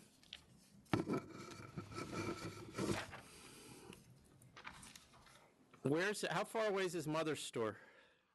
I would say probably 25, 30 miles. Oh, really? It's a different county. So then he lists that he's been a sales clerk at that mother's store. That's correct. Since That's where February he's interned, in effect. 2014. And then in November 2014, there was a sale to minor that occurred. So I guess he must have been involved with that. He was not. Okay, then during the collection of the civil penalty, the licensee tendered ATAP certificates from all employees to reduce the civil penalty. So if he wasn't involved with that, but he was a sales clerk there, and all employees' ATAP certificates were submitted, something's not, it's one or the other. It's quite No, he quite didn't simple. submit an ATAP. He didn't submit it, but then all the employees that they represented had submitted it. Oh. Was We not. submitted a certified transcript from Nassau County District Court, wherein the defendant, the case was adjourned in contemplation of dismissal. Who was the and defendant? The defendant was the Was not, applicant. you don't have to tell me who that was, but it was not the applicant? It was not the applicant. Okay. I can represent as The an point officer of being the is, court. the point unequivocally. being made is that in the personal questionnaire, the applicant stated that since February 2014 to present, that they're working at his mother's store. Correct. But in order to qualify for a reduction on that penalty, we request. I understand. And that the applicant did not submit. So is he working there? He works there. He works there. Works there part-time, yes. But that's a again, discrepancy. So then that means that his parents, I think his mother would like to. right, his mother's coming because now her character is being questioned. Please, Please put your name in the record, please. My name is Parminder Kaur, and I'm his mother, and I was the licensee over there. So we didn't know, we thought only the licensee and the person who sold to the minor is supposed to. The letters clearly indicate all employees. He's working like part-time over there. And that's an employee. Yeah. So it just So appeared as a we, deception to receive their misunderstood. 25% reduction, that's all. Right, so So that shame is on not us. good for you when your renewal comes up, but we're not talking about that right now. We're talking about your son's application. So given that there's nothing new that's being added. And we're gonna have all, wines from different countries, and, because we have. Don't say we. Yeah, he, He. you are not involved, right? Yeah. So, given that there's no new product that's been represented, no new products going to be added, and that 1, 2, 3, 4, 5, 6 stores within 2.3 miles, with 2 of them having been issued in the past couple of years, when you look on the geographical map as well, this proposed location is right in the center of the other 4 closest stores in a close proximity. And then the sales also reflect that there isn't really another need in this immediate location. So based on those reasons, I vote to deny. If I may, Sure. I'm not here to fence with you, and the existing stores and the existing figures are what they are. However, and again, I don't want to harp on it, but we're talking about a self-contained shopping center where the customer base is someone that is there, someone that purchased a chicken for dinner at the Compare Food Market and says, oh, let me bring home a bottle of white wine to go with it. As opposed to a customer from the community or the residences near the protesters' place of business. Again, Are you trying to tell us that those people aren't going to go to your client's liquor store either? specifically, You're trying to argue that some of those people are not going to be drawn away from his business? once again, if a sale is made at the respective liquor store within that shopping center, the chances are is because the people are shopping at the shopping Well, and I haven't been here that long, and I've said this before, the one thing I am fully aware of is that when people want alcohol, they're going to find it, whether they want to go to the store next door or drive a mile down the road. So, again, we're talking about an area here that's being I understand what you're talking categorized as about. saturated. Where And I'm going to, I agree with Commissioner Kim, mostly on the sales figures. Perhaps if Bayshore Wine and Liquor is I don't know what their status is, that might change my opinion, given that they didn't respond to the instant application. But as Commissioner Kim pointed out, you have 6 stores within 2.3 miles.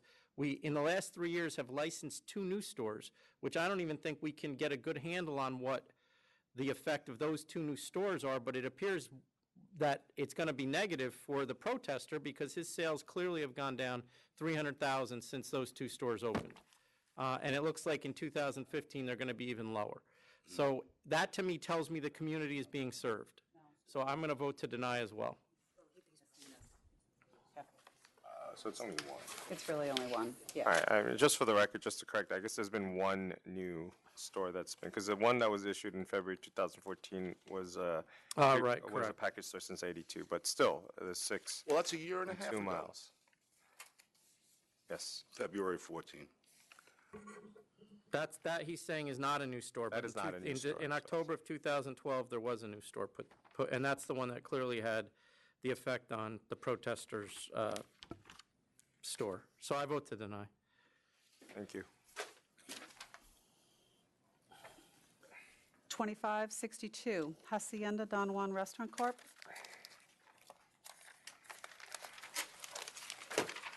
Chairman, as This was noted, carried over for them to appear.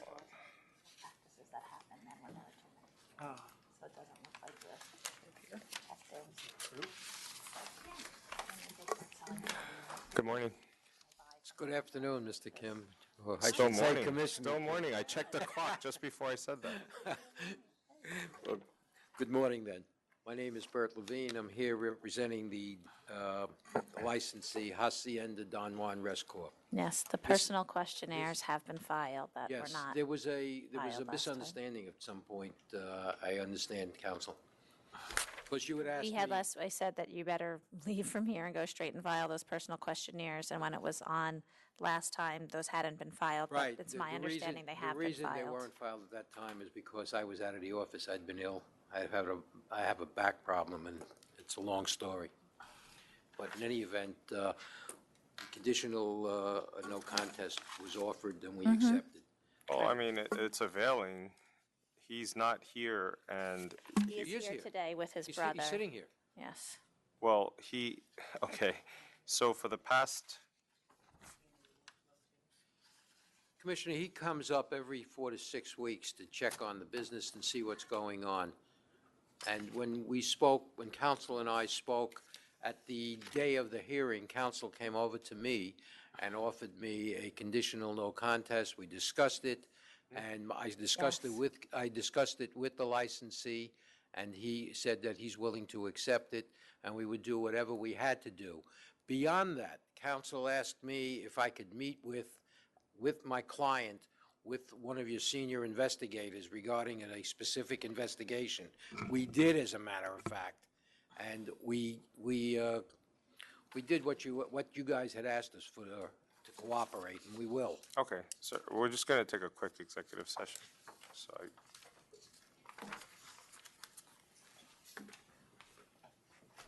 Yep.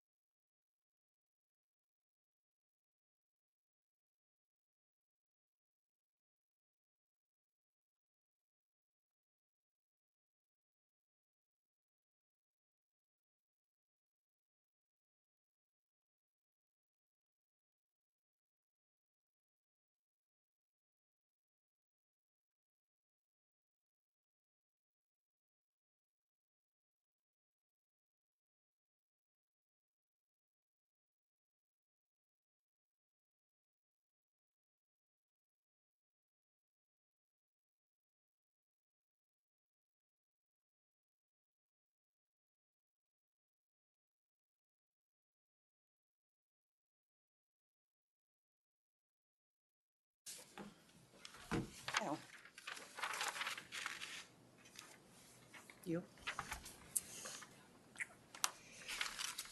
We back? Okay. So there's an offer for 3,000. Your client is back in town? Yes, he's sitting Okay. there. Yes, he's here. And, okay. All right, I'll accept the 3,000. I accept as well. Thank you.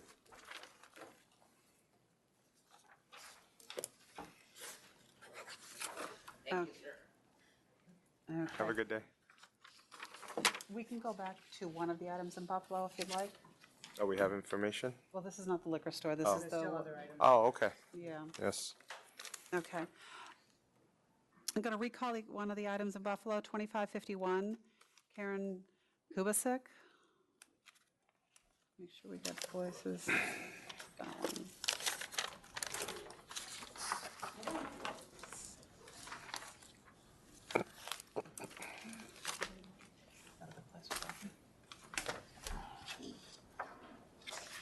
Not yours, Rob. Yeah, not yet. So this has been, the license has been, license is expired? The license expired October 31st. Good afternoon, my name is Jason Schmidt. I represent Karen Kubasik, doing business as the Kelly Hotel. Under case number 89270, the licensee had 3 charges. I had put in a notice of appearance and had some discussions with Jamie Gallagher, and Ms. Gallagher and I had reached a proposed disposition, which I'm asking the board to approve, and it's one where the license, which is expired, would be surrendered together with forfeiture of the bond, so that we can pave the way for a new application from Ms. Kubasik's soon-to-be ex-husband. Mr. Kubasik, soon-to-be ex-husband. Licensees soon. Right. He's going to apply? He has applied, and it's pending. Yeah, there is a new application, the deficiencies have been submitted. We would like to move forward, the establishment has been closed. Each of the charges are and in particular, charge number 3 is reflective of the actual circumstances, which we can get into if the board needs to. Oh. All right. So she's not going to be involved with Grill Yard Foods? That's the Kelly Hotel, no. Okay. All right. I'll accept the offer of cancel and bond. I accept the offer as well. We are familiar with the facts of the case, so I'll accept the cancel and bond as well. Thank you. Okay, Counselor, you do not have to return the certificate, it's expired, okay? Just, you indicated that, we do not need it. Thank you. And then just quickly, with respect to the new application, the deficiencies were submitted. Can we move forward with that? I don't believe there's anything preventing it. You can speak to the licensing staff out in the Buffalo office. Thank you. Okay, just to make sure on the 200 Lodi, nothing yet. Okay. All right, 200, not yet, 200 Lodi, we're going to make you, we'll recall, okay? Sit tight. Sorry, Buffalo. 2563L, Dean Street Liquors. I'm running out of items. Okay, ladies.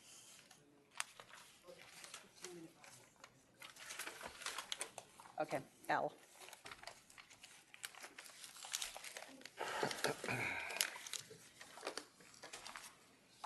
Good afternoon. My name is Jay Yu. I'm the representative, and Ms. Lee is the owner of the Dean Street Liquor.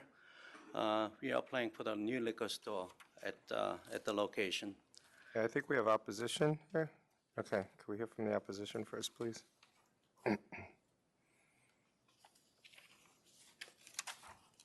Hi, good afternoon, Commissioner Bradley. Good afternoon, Commissioner Kim. Oh, Chairman Bradley, sorry. My name is Kenneth Hong. My wife is a sole proprietor of the Winey Husband LLC, doing business as Winey Neighbor.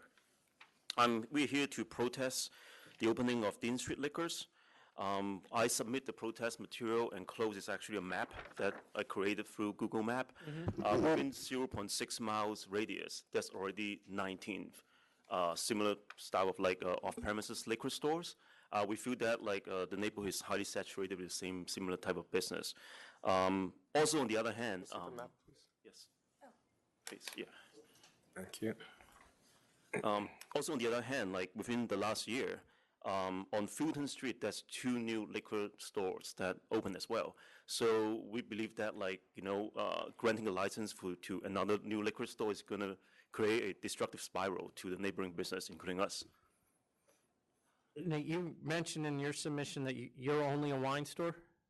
We are a wine store, and we also carry spirits. We just got granted, respectfully, in February to sell spirits as well. And most of your product is New York? Or It's New York and small batch. Small batch? Yeah.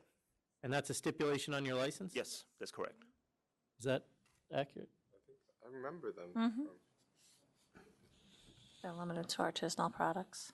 Yes. I So remember the name. if there's another liquor store that open up that also can sell all type of liquors, it'll hurt us, No, I understand. Yeah, please understand. Yeah. Because the area the members thought was saturated, but that they were limiting themselves to only artisanal products. Yes. And our store is only 500 square feet with no extra storage anywhere else. So I think their store possibly will be over 1,000 square feet. I'm not really sure, but. Yes, you're right. Can you put your name on the record as well? Hyun Young Jung. Okay, thank you. Thank you so much. Yeah.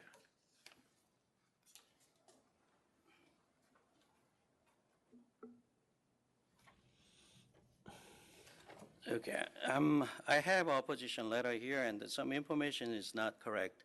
It's not 2,000 square feet, it's 1,056 square feet store. No, that's the information we have, is 1,055. Right. But on the letter, the opposition letter is a 2,000 square feet. Okay. And also, they submit a copy of, I don't know where they got this map. A lot of them are not, I cannot even verify if there's a liquor stores on the map within a 0.6 miles radius. I tried to verify each one of them by looking at the New York State Liquor Authority records, and a lot of things are not, almost half of them cannot be found. Sorry, we don't have a lawyer present. No, just wait and you can respond. Just take. We'll let you can respond, take notes yeah. and then just come up at once. Okay, also, I see that there are 2 other oppositions here, and then they try, of course, they don't like to have a competition near their stores, but the thing is that they are accusing that there's churches and schools nearby, and they also claim that there are like dozens of licenses was approved or something like that. Yeah, I think you need not focus on that, but try to focus more on the fact that there are, whether their map is correct or not, I've confirmed that there are 5 liquor stores within 0.4 miles. So tell me why we should add another one. Yes, based on, Brooklyn has been expanding a few years from now. Well, we're And- not talking about Brooklyn, we're talking about this neighborhood, right? Yes, sir, yes, sir. And then, when I look at the gross sales, which sum in 5 different liquor stores, and their sales are drastically increasing, if you look at it. And some of them, their gross sales are about $500,000, but because their size of store is small, but the whole store is growing nearby. And also, out of 2 stores are bulletproof stores. We are offering here the 1,000 square feet store on the corner property. We like to have an open liquor store so that customer come in and then they will look at it, and then we want to create a friendly relationship with the customers. Atlantic Cellars is an open store. I don't know about NR. The other 2. Check NR. But Atlantic NR. Cellars And is a. your store, I assume, is open? I assume your store is an open store? Okay. What about Arena Wine? Arena Wine? Stores. Yeah, 3,000 square feet. Arena Wine's open? Yeah, what about Amber, NR Amber Corp? It's also open? What about Four Seasons Liquor? 1122 Fulton Street? Oh, that's the new one. That's also Open? So 1, 2, 3, 4, 5. 5 closest stores are all open. No, I don't think so. I believe that Four Seasons Liquor Inc. is a bulletproof store. We can check, so we'll we'll just check check. right We'll now. check. And Amber Corp is a bulletproof store. Oh, really? All right. Or does not appear to be bulletproof. It's not? I'll double check, but it did not make quick Oh. sense. That would be a big bulletproof store. Anyway, again, this store is going to be open store, and the owner trying to bring a new products such as some organic wines and some. What wine? I have a list of inventories that we're gonna carry, which. Looks like Four Seasons is bulletproof. Is Four Seasons is bulletproof? It appears to be, because there's a waiting area with a door that leads to storage. Okay. So I'm assuming- So what about And NR? also apple wines from upstate New York. And also, every time a new product comes on and we're gonna have a wine tasting, it's gonna be happen on premises also. So most of these wines that you just submitted, Gallo, Family Vineyards, Robert Mondavi, Sutter, Cupcake Vineyards, Those are. Yellowtail, Kendall Jackson, Ruffino, Corbel Champagne, Moet Champagne. I mean, even I recognize all of them. That's I have a question while he's looking at that. Your client works at a liquor store now? Yes, sir. Is she related to the owner of the liquor store? Is it, are you related to the owner of the Yes. Arrow Wine? How? He's my boyfriend. So you're not married? We're not married. We're just boyfriend and, you know. And there was a sale to a minor charge in 2014. Was that you? No, it wasn't me. Was it your boyfriend? Yes. I had something that says that it was a parent who owned Arrow. Amber is also a bulletproof store. It is a bulletproof? Yes. It is a very big bulletproof. Well, it appears to be through that.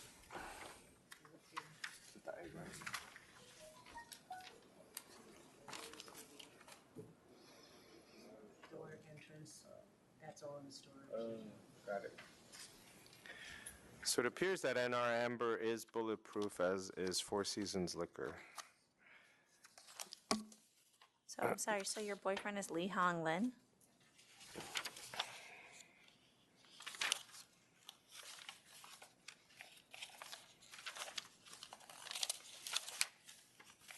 It's funny.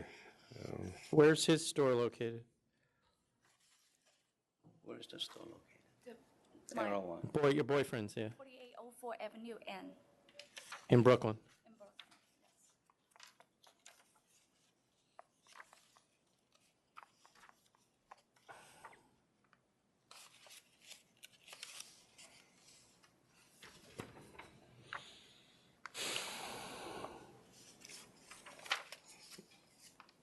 And he has no interest in this store that you're opening? Has he given you money to open this store? Who? My boyfriend? No. It's on my own money.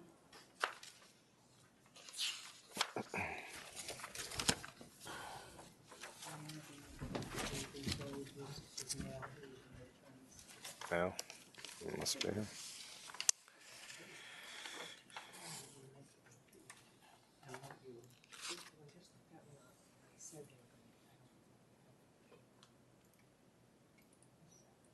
I remember those guys. I remember we strictly limited them. We did not, or they limited themselves? No, that's what they offered, and we allowed it, but we put it on the license. I just remember because the name.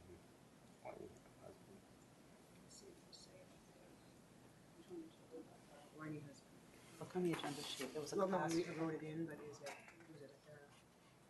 Casa Largo, Bridge They did have steps.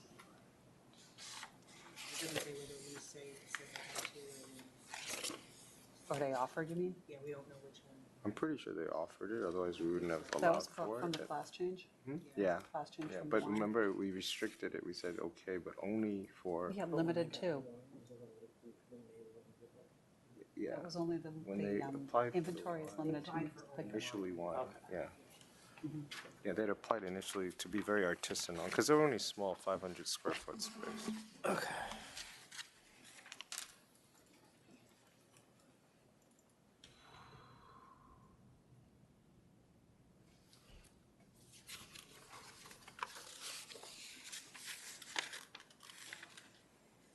Doesn't do you any good.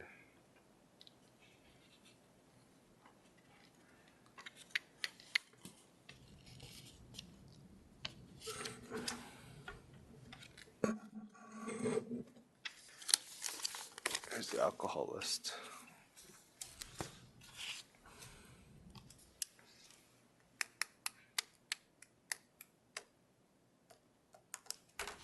Where did you get this list of wines? Where did you get the list? We get it from the website. Who's we Whose and what website? website? Who Whose is website? we and what website? Oh. Who?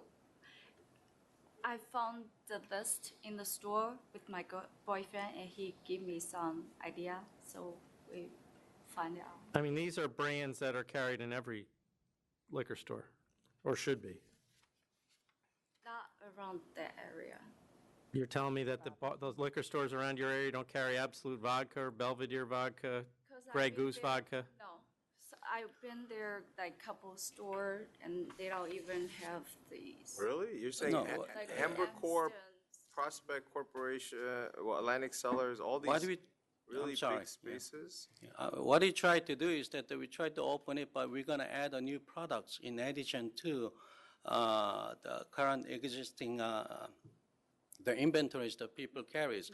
There are so many different type of brands, and then a lot of items are very popular, but we try to put it on because some stores is only 500 square feet, which they cannot carry the several selections on the items, and that's. Sir, the only store that's 500 square feet in the area is the Protester store. Everybody else's store is well over 1,000 feet. But Some are 3,000.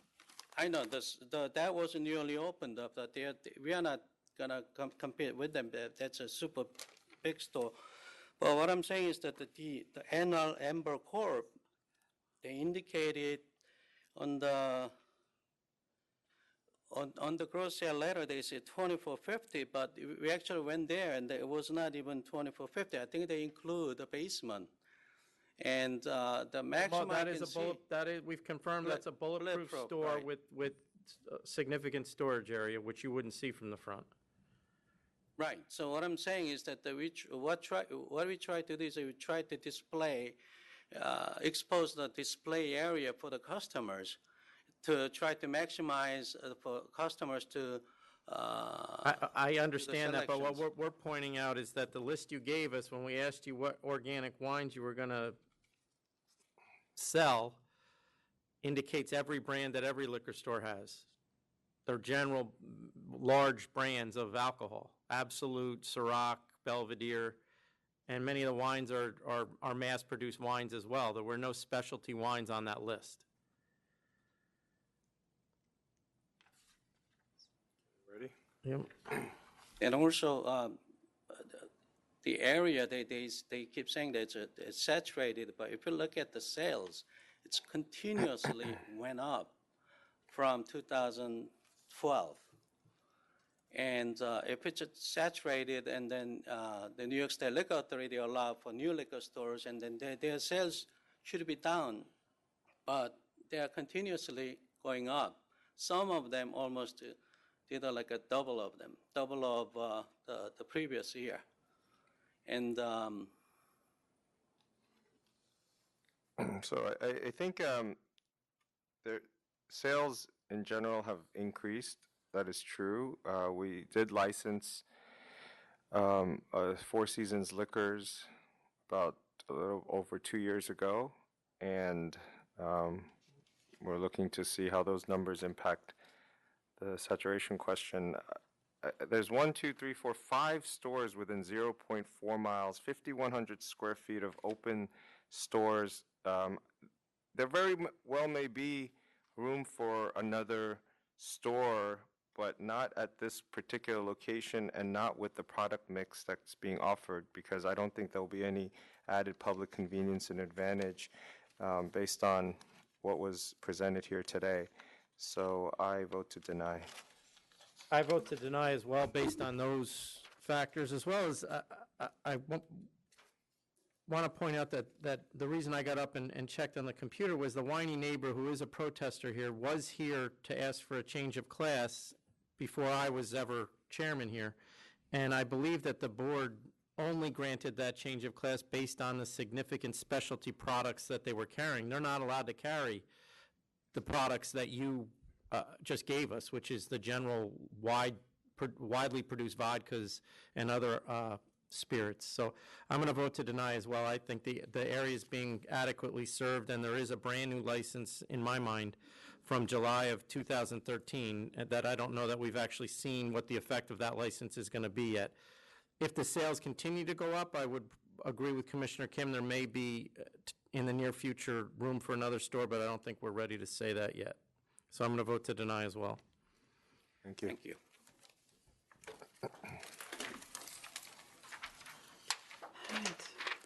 2492, Aqua Vitae Wine and Liquor. So we just have them. I'm running out of people. Thank you. Got more. Sweet. Two. Working it. That's the one that, yeah. That keeps This one coming caused a lot of problems for us. Keeps coming up. Springer.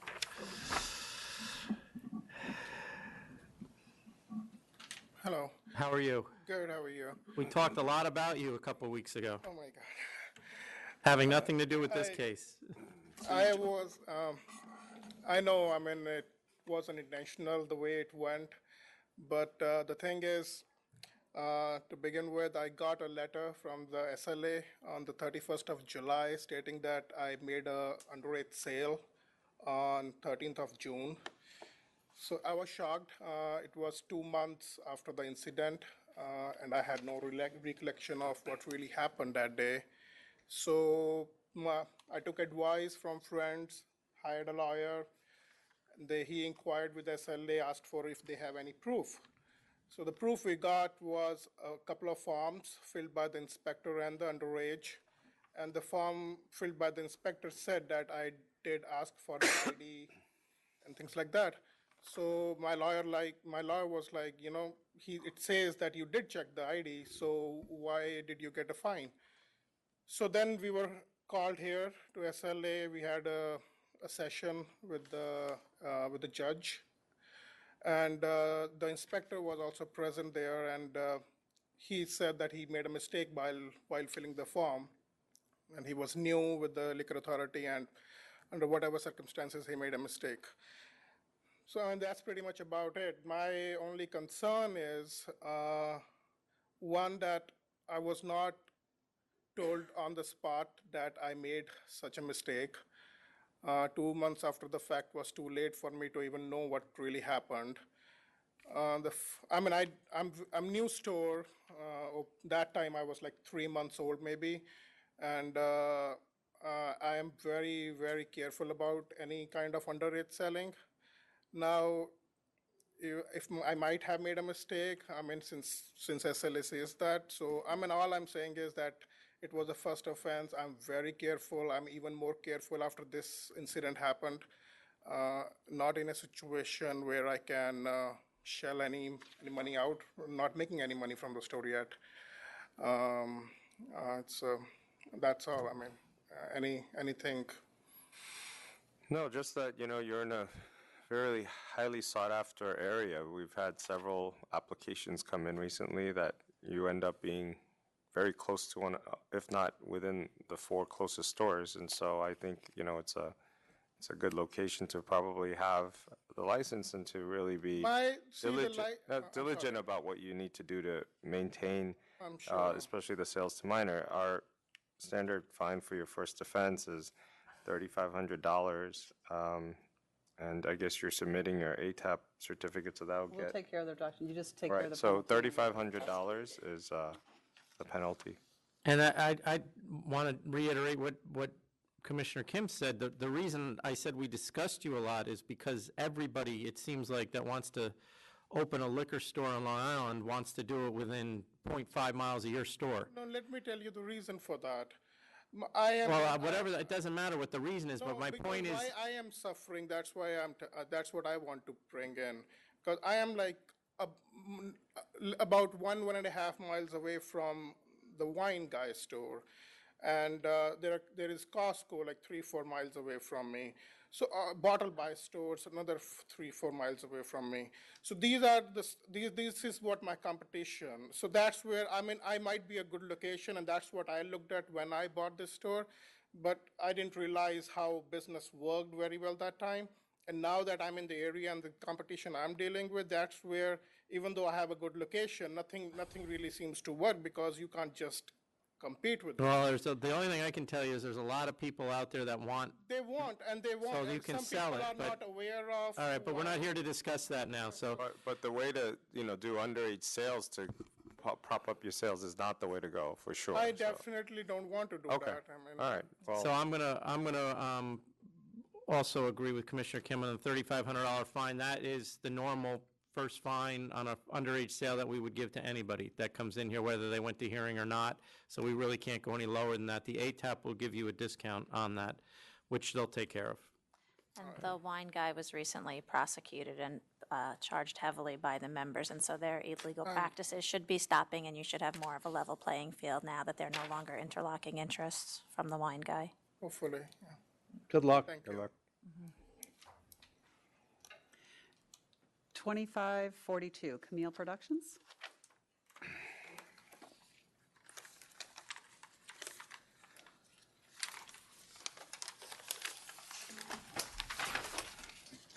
Good afternoon. My name is Frank Palillo. Would you mind introducing yourself to these lovely people? Hi, my name is Cliff Williams, and I'm one of the partners of Camille Productions.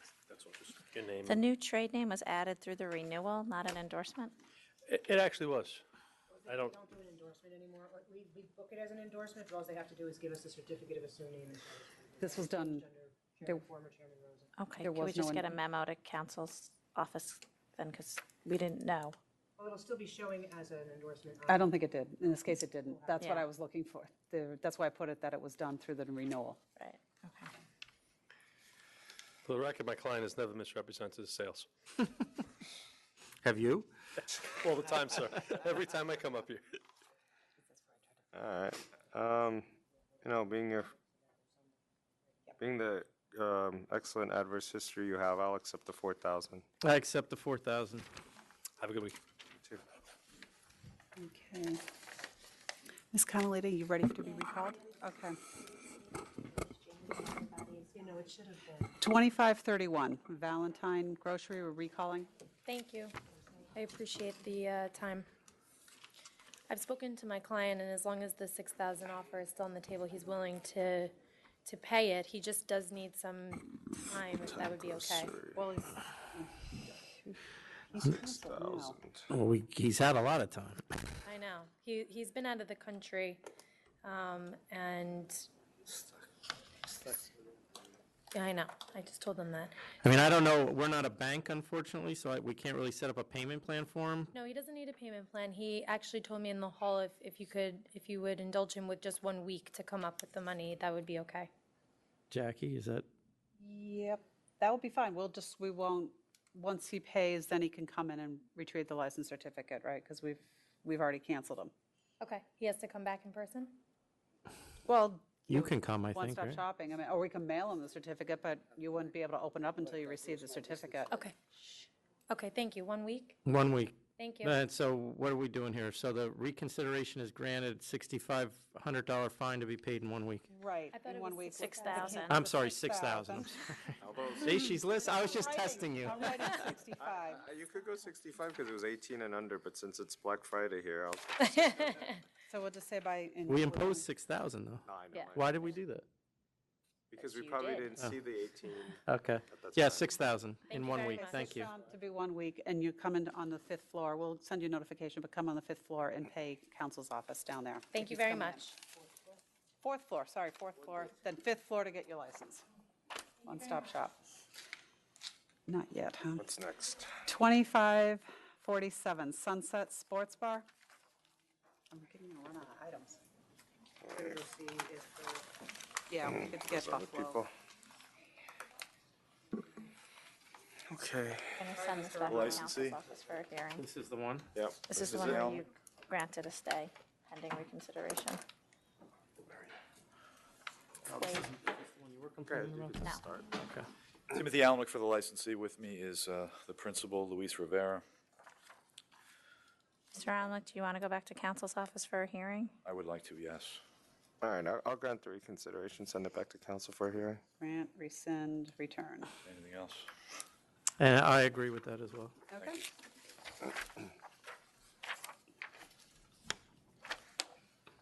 This is going to be a difficult one to say. 2563K, Trini Gael Original Roadie? I'm sorry if I did bad on that.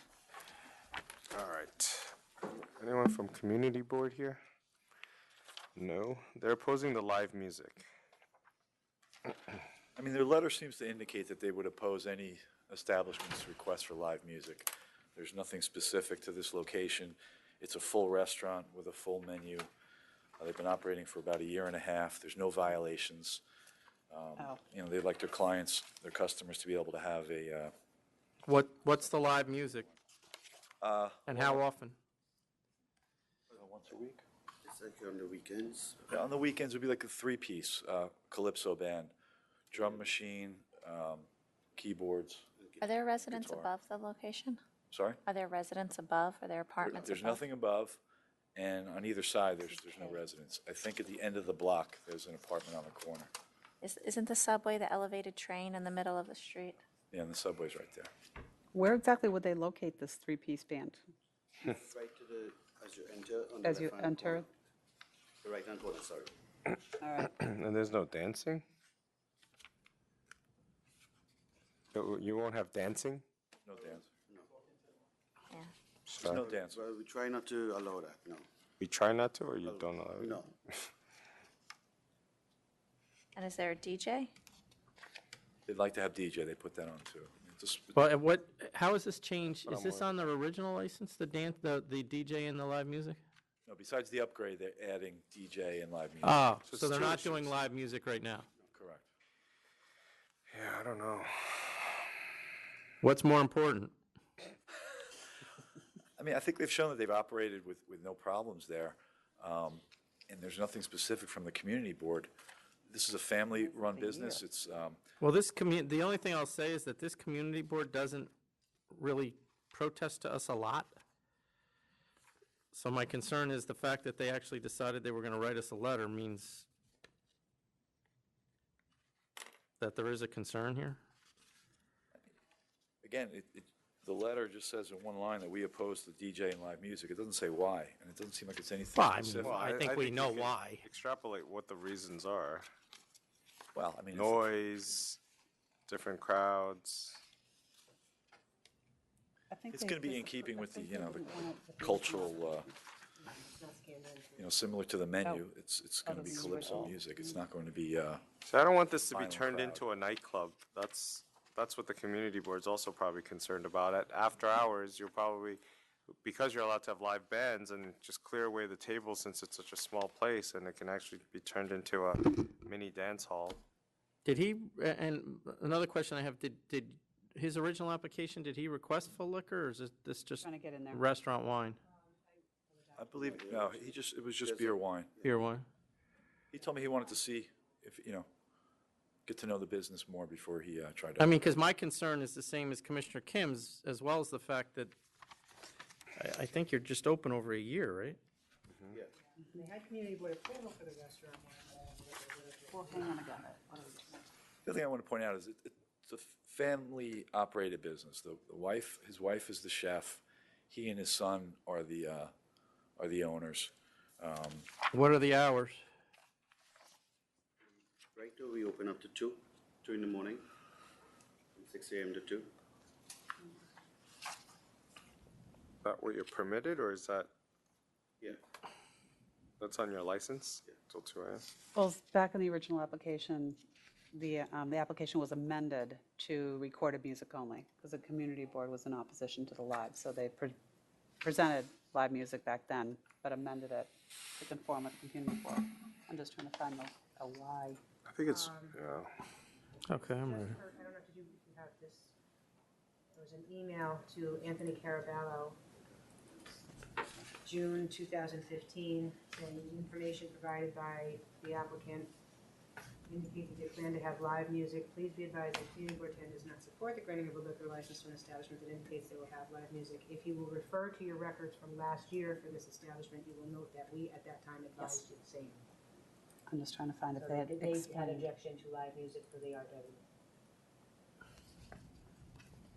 It's really, I mean, so I'm out with the live music, but now it's really the upgrade that's in question. This type of activity and this type of premise is what they're, Yeah, so it's they really, discussed they got. it's really, I mean, This is the are we old. ready to upgrade to the full liquor license? But I don't really have a letter, I have emails.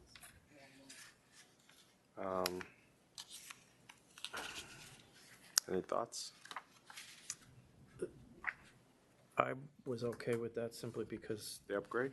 the community board didn't seem to care. All right. So, my vote is that I will approve the upgrade to the OP, but no live music.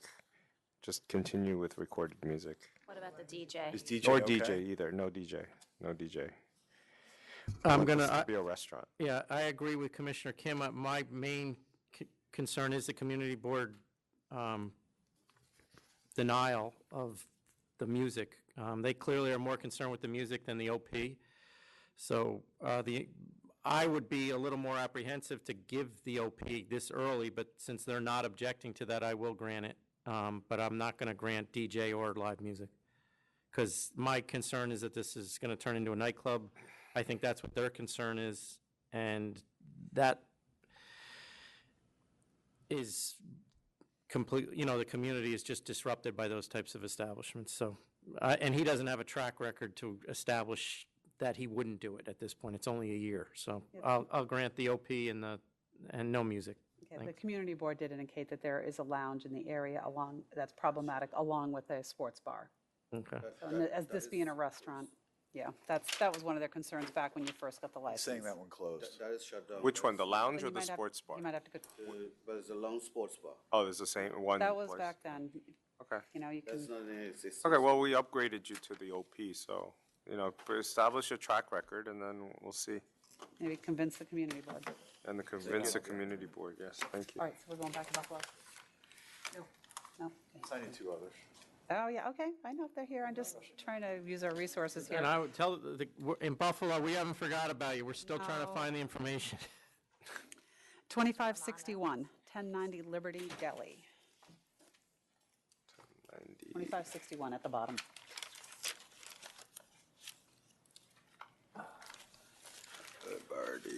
Oh, this one, I have information for you. Did you get the same This email? says- Yeah, the gap, the reason why it was put over, we didn't know the length of period and the gap of the workers' comp. It was 6 years and 5 months.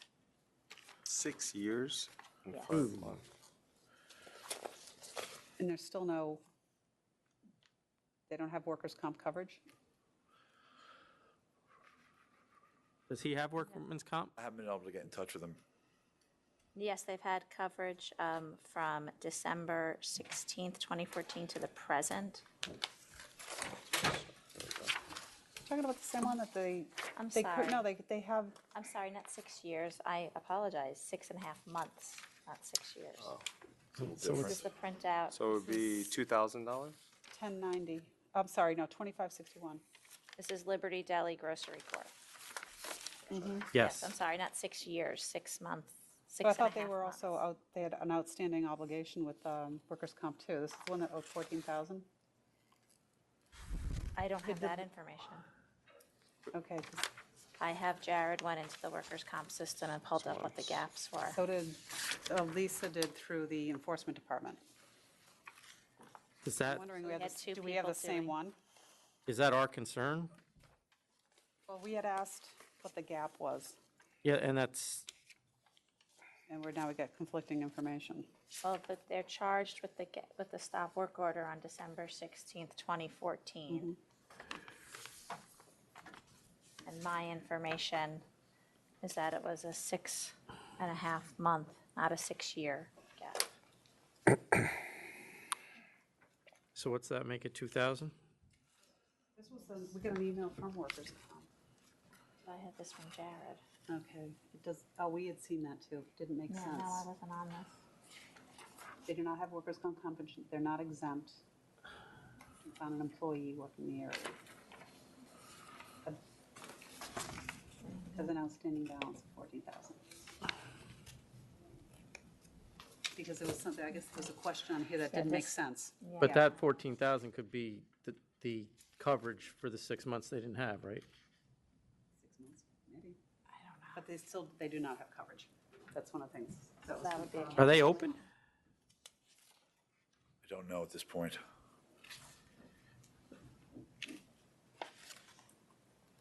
I've been calling for, the past month. He must not be open if workman's comp.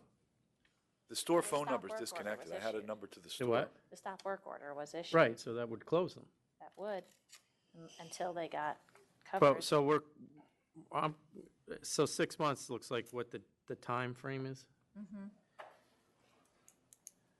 I mean, do we need to put this over to see if he actually is open?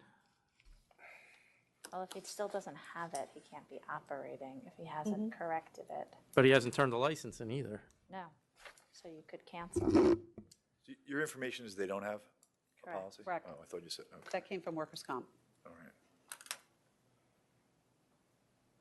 What do you want to do? I would just ask you to impose the fine. I don't know that I can do that.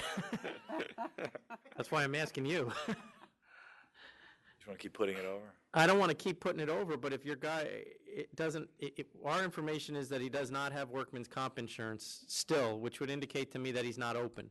If he's not open, you know what the ramifications of that are. So I can cancel it, which I don't think you want me to do at this point because we're not sure. If he what? If we cancel, You haven't even heard from your client? You reached out to them about today's All my appearance? phone numbers, yeah. I have 3 phone numbers, all disconnected, or I think we one can. is just going to voicemail. The store number's disconnected, so I maybe think we it is. cancel, and then he can always ask for reconsideration after he pays for it. Okay. Then that's the way we'll go. So cancel and bond. Cancel and bond. And what would be the date for cancellation? Jackie? Top of my head, I don't know. Could Probably they- within 2 weeks. Could you add like another week to it so that there's more time for us to come back up? So I'm not doing it the night before? 2 weeks? All right. I mean, I will, if you find him and you bring him here, then we will reconsider. I will tell you that. With workers' comp insurance? Yeah, he's got to have workman's. He's got to be open. Okay. Provide workers' comp, and if I don't have the cancellation order out, then we may postpone it pending your Right, reconsideration. exactly. All right. One other winner coming Approved. up. 2510, 59th Street Bar and Restaurant. This was just canceled, I believe, in September. So What number was this? Yes, so 2510. we just cancel for the cancel record? for the record. Yep. I'm standing up as a courtesy. I couldn't get in touch with them, but I know that it's closed. Yes, cancel for the record. Thank you.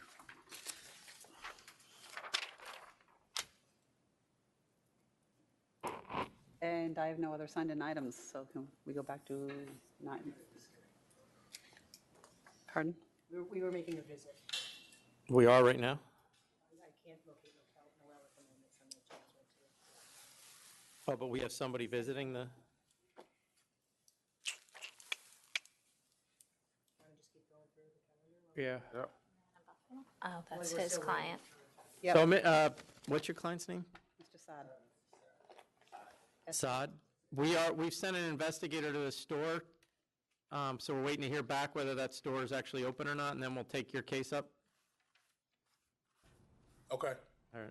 Your lawyer's still here All right. and charging you.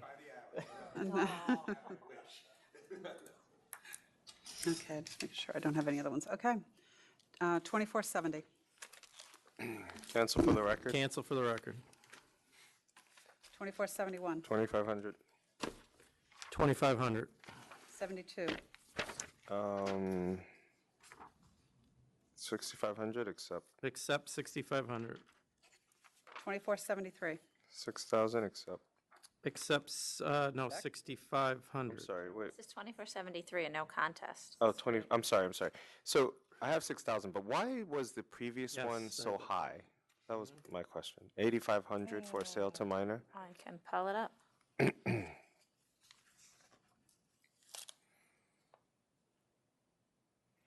You were having a bad day, maybe? I wasn't here. It's 2012. It was a police priors. referral. Prior sales to minor? Sales to minor, they had How a sale to many? minor in 2007. They were assessed a $4,000 fine. There was a sale to minor in 2008, assessed a $5,000 fine. The 2012 was assessed at 85. Oh, this is a fourth sales to minor? Oh, well, hang on. No. Why didn't Oh, we yeah. get those? It's over 5 years. Probably because it was multiple sale to minors, you probably should have. Yeah, And the reason why the it should have been $4,000 first sale to minor was so high because they had a $1,000 fine for a conviction. So this is their fourth sale to minor in 8 years. Yes. Mhm. 2007 was the Okay, first so one. that changes mine. Yeah, I think. Monetarily, the highest is 10,000. All right, I'll go 10,000. 10,000. Okay. 2474. 6,000. 6,000. 75 and 76. This was the case that I Yes. don't understand the ALJ's decision and how on her factual findings she could sustain these charges. The facts as she writes them don't support sustaining the charges. Yeah, I have sent this back for alternate findings as well. If you don't think that the facts support it, you could just dismiss the charges, or if you Well, think. have you read it? Yeah, I mean, the first one I would dismiss because there's no specific mention of type of alcohol or it's just, Well, it's a That's why sale it to was- minor. She doesn't have to say which kind of alcohol, but there was no evidence. but I thought that was one of the factors too. If That you go was in and just on say the that's charge alcohol. Of consumption after Oh, hours. okay. But it was minimal evidence. It was just that said at the time a person listed above did sell to two 19-year-old females. I don't know legally under the case law without names, ID. date of births, that we can prove that there's substantial evidence. I don't think on a case review of substantial evidence, I don't even think that meets the preponderance of an evidence without a date of birth.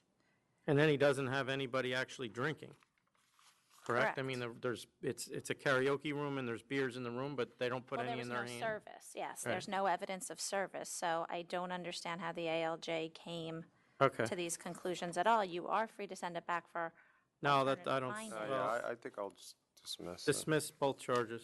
But yes, my greater concern is just simply how this decision was reached. Why did we bring the charge? Because we have the police referrals, and you think that the police will arrive and will have more information. Okay. 2477. To dismiss or 3,000? The charge So- was not sustained. Yeah, I know, but I said disagree because they were asked to leave several times due to drunkenness and didn't, leading to the punches. It was kind of torn. All right, the charge is not sustained. I'll dismiss charge one. Dismiss. 2478. Offer 6,000, accept. Accept. 79. Offer 1,000, accept. Accept. 2480. 500. 500. 81. So, offer 4,000, accept. Accept. 82. Yeah, this one the offer seemed really low, but I also, it's one of those situations where I would either have to,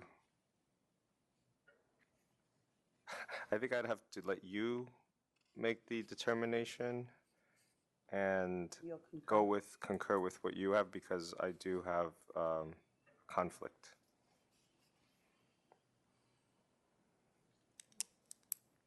This is a place that they have commercials for in New York One. They're a big spa of indoor like grottos and things. I'll accept the 5,000. I concur. 2483. 6,000 accept. Accept. 84. The second charge, why was there failure to supervise charge when it was just a sale to minor? Was this the new? Yes, this was our new Excelsior fellow. Oh, I Yes. see. He was doing that until, I think Mike Amaro said that that's not Okay, the way we do things. We can withdraw charge too. okay. Withdraw charge 2, accept 3,000. Accept 3,000 and Got it. applaud him for his aggressiveness. 2486. Offer 5,500, accept. Accept. 2487. I have cancel. Cancel for the record. Cancel for the Do record. you want to combine with the, wherever M is? I think that was the last item. Yes. Yes, we can combine them. Yes, that's canceled Oh, also, yes. Got it. 2488. The charges were not sustained, dismissed 1, 2, and 3. Jackie, I have a question. Why did this, is this the same situation as before? I didn't understand why this even went to hearing. Because we get the police referral and we don't have the anything more than the police referral until we have officers. So they didn't, until the guy testified, they didn't know how bad it was? Right. Okay. All right. You dismiss? Dismiss, yes. And there are also locations that have histories of things happening outside where suffering and permitting hasn't been shown, but we're building up a record. What are you looking for? We get 2489. 2489, 500. 500. 2490. Charge is not sustained, dismiss 1 and 2. Dismiss 1 and 2. 2491. This was a bizarre case. Yeah, this was like, the secondhand dealer license is how much? We get a few of these cases out of the Syracuse area.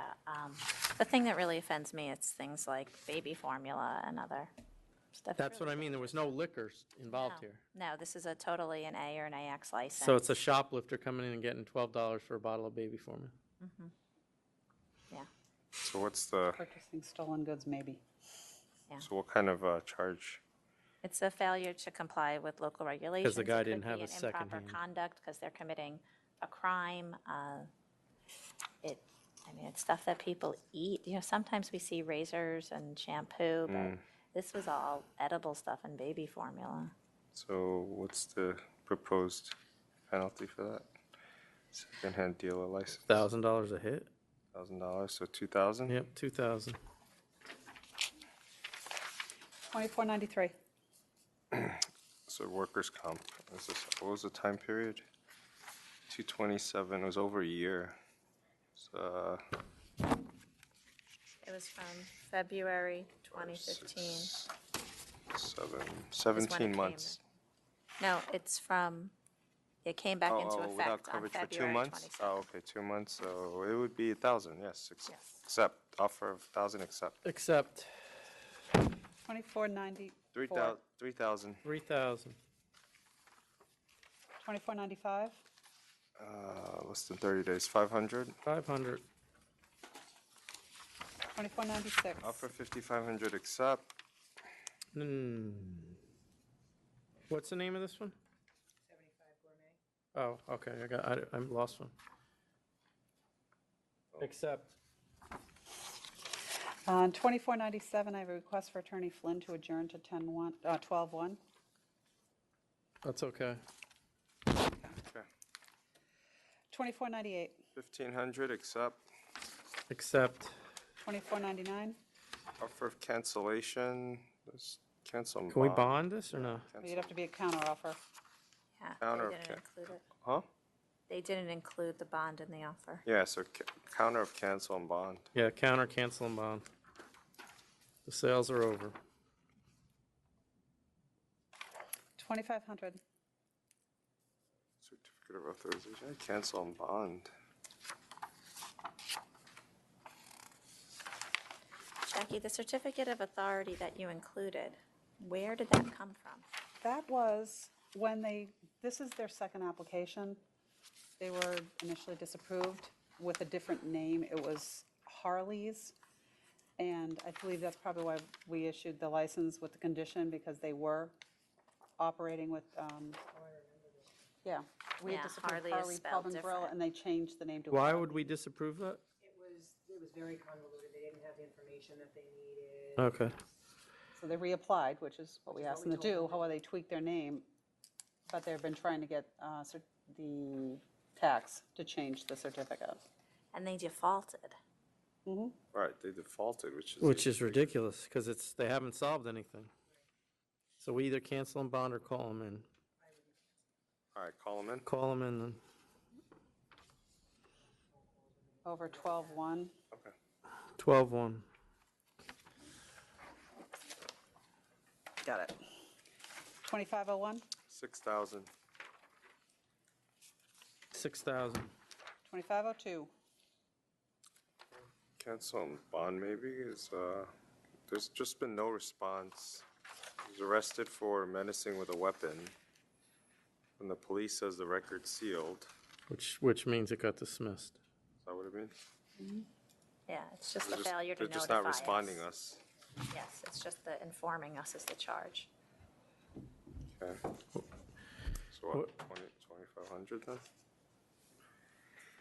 I think 1,500 is the Dean, I think is delegation. on the delegation, 15. yep. 1,500. 1,500. 2503, Same thing. Same thing. Same area, too. 1,500. 1,500. 2504, Cancel for the record. Cancel for the record. 2506, Offer of cancel and bond accept. Accept. 2507 and 8,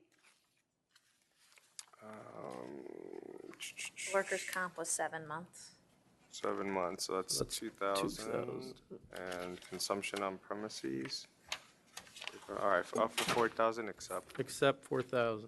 2509, This was 6 months. 6 months, offer of 2,000, accept. Accept.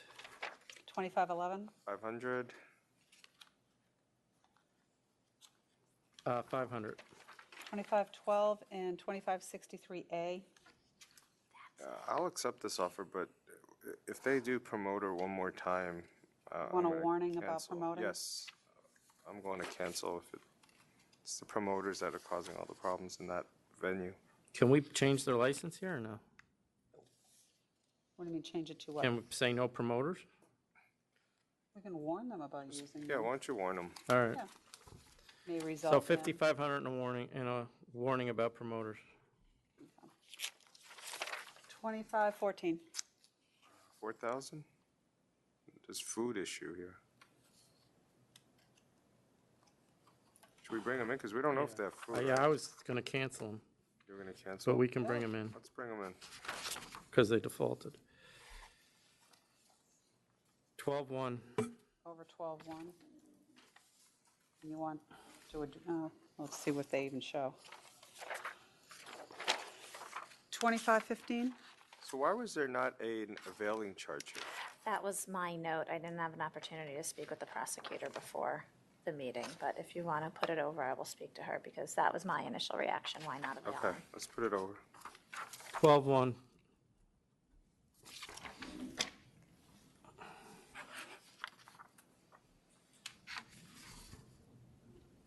Twenty-five 16 and 17. For cancel bond, accept. Accept. It's a civil penalty, not a bond. Oh, Yeah, it's civil, it'll turn into a bond. yeah. So you accept it. Yes. Oh, I'm sorry, on the cover sheet, it says civil Civil, penalty, yeah. not a bond. 25 18 and 19. I mean, here we had availing as well, right? Corporate change issues. I don't know, I'm torn between either accepting the offer of 15,000 or going higher to 20 or cancel and bond. So all the options on the table here. Where do you have the availing? Leoneanta, The Tokyo corporate change, Japanese. difference between availing. Oh, I see, and okay. unauthorized corporate change. Yeah. Yeah, I had cancel and bond. All right, cancel just and because of bond. the number of sales, and it's a college town. All right. I agree.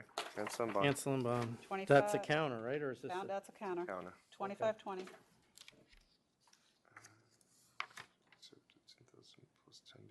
Yeah, so here they were confused, right? They thought they had accepted the 10,000 plus Oh, 10 I'm day sorry. I suspension. am sorry. I do have a request from This Attorney one? Sean May to adjourn this item to 12:1, that he was just Okay. hired. Okay. I On a think he's the Bronx case? Sean May? Yes. 12-1. This is the fourth attorney they've gone through. They went to find I Sean think May they're in pretty much, Albany? he knows the charges, but he Just just, pay us. And you gonna come up Paying with a fine on attorneys. this one? No, but Okay. I know hiring a fourth attorney isn't going to help you. 2521. 6,000 accept. Except, where is it? Did we send someone from Buffalo to Syracuse? Not in his office, and I'm unable to locate him at the moment. Yep. Did we email him? Did Mike know where he is? Okay. Yes, Mike emailed him and called him, yes. 25, 22, and 23. Offer of cancellation accept. Except, There's no bond. Oh, no, we already took it, the first cancellation. 25, 24, 3,500 accept. 25, 25, Cancel and bond. cancel and bond. 25, 26. I mean, they haven't had anything in 14 years. Is this a letter of warning or is this still a 1500? I'll do letter of warning. Letter of warning. I don't think they've changed it yet, but They haven't we can, changed do- it? we can put that in there. All right.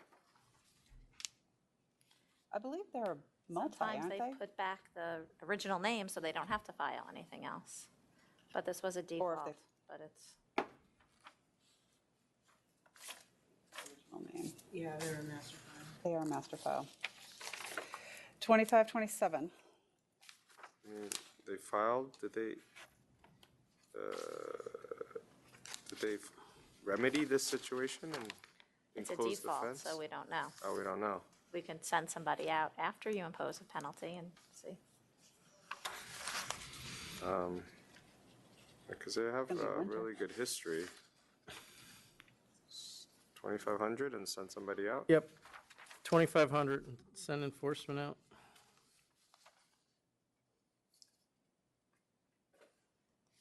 25, 28. 6,500 because it's 18 years and under. 6,500, but what does the note mean? License certificate on deposit for safekeeping since September in connection with issuance of a temporary permit? Okay, there was a trying to transfer sell. pending, so we issued a temporary. I mean, they chose. Oh, and to they keep didn't get the it done in license. time. Well, it's Well, what happened is this the case. application, the transfer application was disapproved, so the permit should have been rescinded, probably was rescinded. Okay. So 6,500. So it's still there, yep. 25, 29, 4,500 accept. Accept. 25, 30. I have cancel and bond. As do I. Cancel and works. bond. That was a- 25, 32. That was a beaut. So this was, what is this? The okay. Ocean. Yeah, original offer was 9,000. We said cancel and bond. Yeah, I mean, I'm willing to take their new offer, but I mean, Okay. 365-day forthwith suspension, Yes, and and the $10,000. $10,000. which I'm going to try to figure out their renewal during that process, but it's 10,000, but we'll figure it out.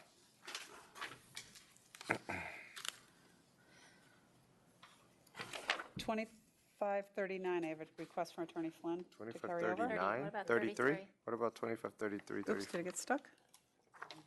Statutory hearing. Oh.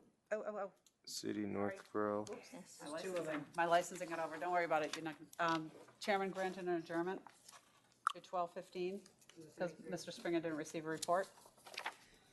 2534, Chairman granted an adjournment to 12:15, same reason. 2536 is adjournment, the item has been adjourned to 12:1, all parties consented. That covers that. Now I'm up to 39. Here he is. Is adjourned, this is a request from Attorney Flynn to adjourn to 12:1. Can you report? Do we have a report?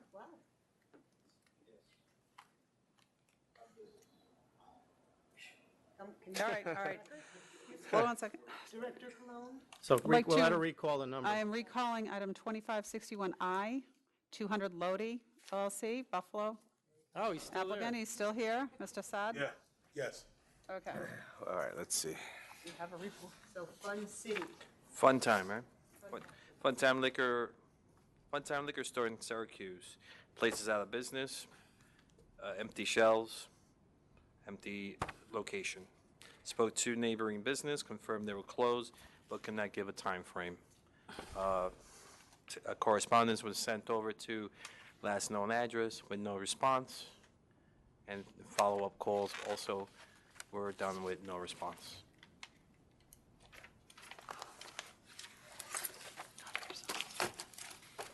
Okay. Good? Yep. All right, based on the record that Fun Time Liquor is closed, this would just be replacing that store in that vicinity. I approve. I approve as well. There's obviously a highway separating the two neighborhoods, so I think that it does promote the public convenience and advantage, and now that the other store is closed, it just justifies that even more. So I approve as well. I thank you, and I thank you. Thank you for making. Thanks for waiting. Good luck. Thank you. Wait worthwhile. Good luck.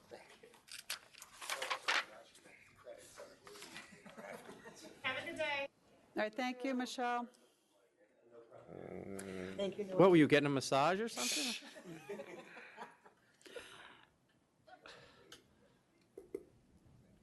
Okay. Next item is 2540. All right, this one's 15 months. What do we have for that? So up to 9 months was 2,000. What's a year? This one was without coverage from September. Through November 2014. So 2013, 2014. So 15. It says that he did not, he writes on the CNC that he did not have an employee at the time. Mm-hmm. Oh, whoa, whoa, whoa, whoa. He was in the process of interviewing, and upon hiring a candidate, Yeah, but they check that, don't they? I mean, I'm assuming they walked in and saw an employee. But that's, he could have gone to hearing and he didn't, so. We'll counter. What's after 9 months we agreed upon? I don't know. I only have up to 2,000 for 9 months. So I guess we would do 2,500, right? I'm pulling it up. Over a year would be 2,500. Second. 9 to. We said 6 months to 9 months, 2,000, 9 months to 1 year, 2,500. Okay. And then what's after a year? This is more than a year. Anything over a year will be looked at individually. So it's barely over a year. Yeah, I'll stick with the 25. Okay, 2,500. So 2,500, given that he, as a counter, oh no, He has it now, I mean. he has a counter, given that he says he had no employees, and he does have it now. So 2,500 counter offer. 2541. 2541, 3,000 accept. Accept. 2543, 2563B through D. I have a request from Attorney Flynn to carry over. Okay. 12. 12-1. 12-1. 12-1. And 2544. Offer of CMB accept. Accept. 2545.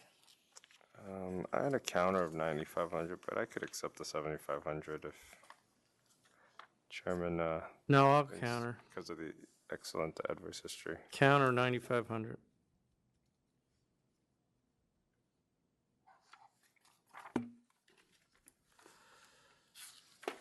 You concur?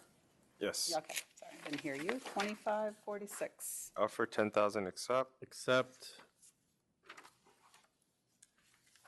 2548. 750 accept. Accept. 2549. Letter of warning accept. Accept. 2550. 1,000 accept. Accept. 2552. Dismiss charges 2 and 3 accept 3,000. Accept.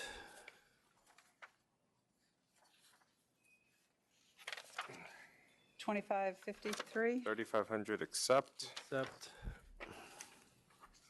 2554. I had a counter of 5,000. There's 296 cartons of untaxed cigarettes. It's kind of egregious. Okay.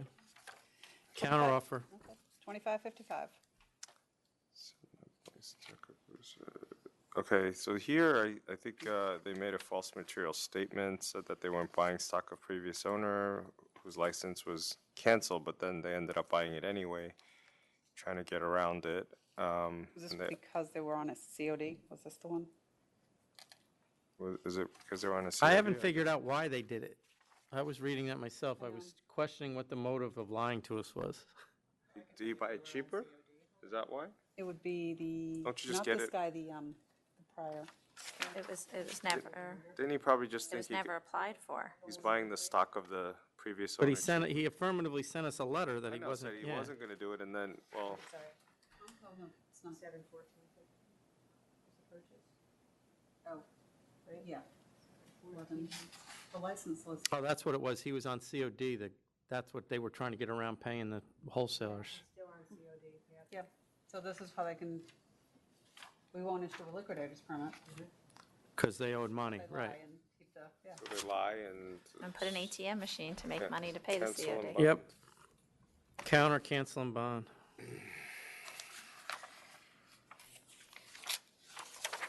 $25.56. I don't know, 4,500. I guess they, but you know, I mean, it's up to you, but I'm willing to come down a bit. Offer of 2,000's a little on the low side.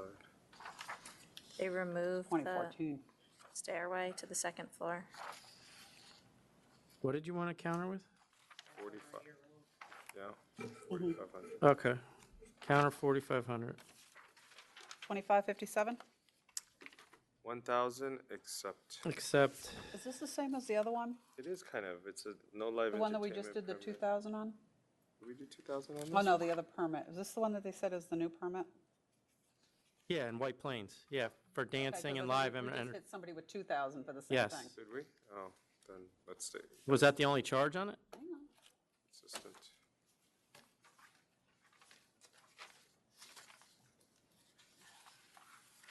It was White Plains. Yeah, only charge, no history. Issued in 2011.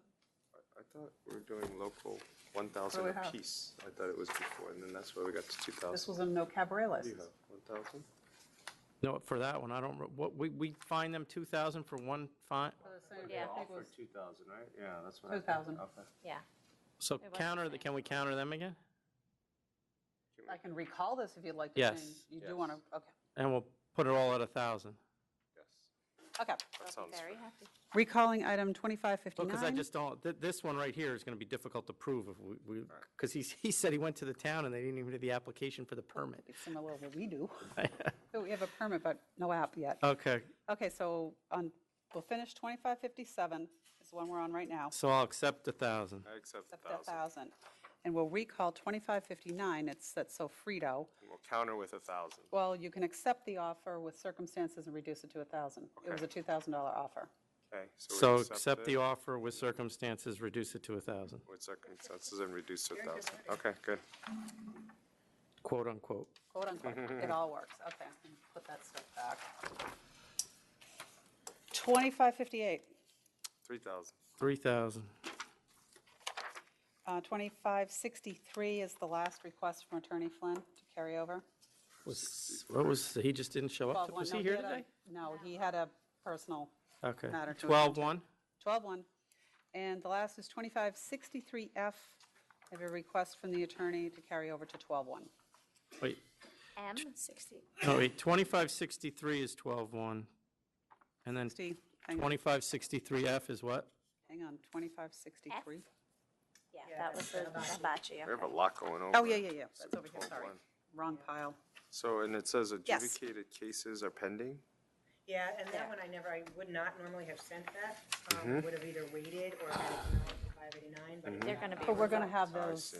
the disciplinary matter scheduled for 12. 12. They made an offer. 1. They made an offer, so we'll bring the offer to you. Okay? I have, you did want to bring up So night M? permit. We had done M? N is M was Did it in Hughes conjunction with Craft. something. That was brought in, we did Beering. it too. Okay. There was two. Okay. Members, I have, we've had our New York State Gov website release. There's been many issues where the site has been down for days. The all-night permit deadline to apply was yesterday, but because it has been down, we were hoping to be able to either open it back up till the end of the week, or at least accept paper applications. My preference would be to open it back up. The regs had stated that, you know, it would be closed November 16th, so I need kind of your permission based on the circumstances. Till when? Just the end of the week. Oh, yeah. All right, agreed. Approved. And that's for overnight? This is all night for New Year's Eve. Oh. New Year's Eve permit, yep. Have we been getting calls about that? Yeah. Oh. All right, we're done then. Want to email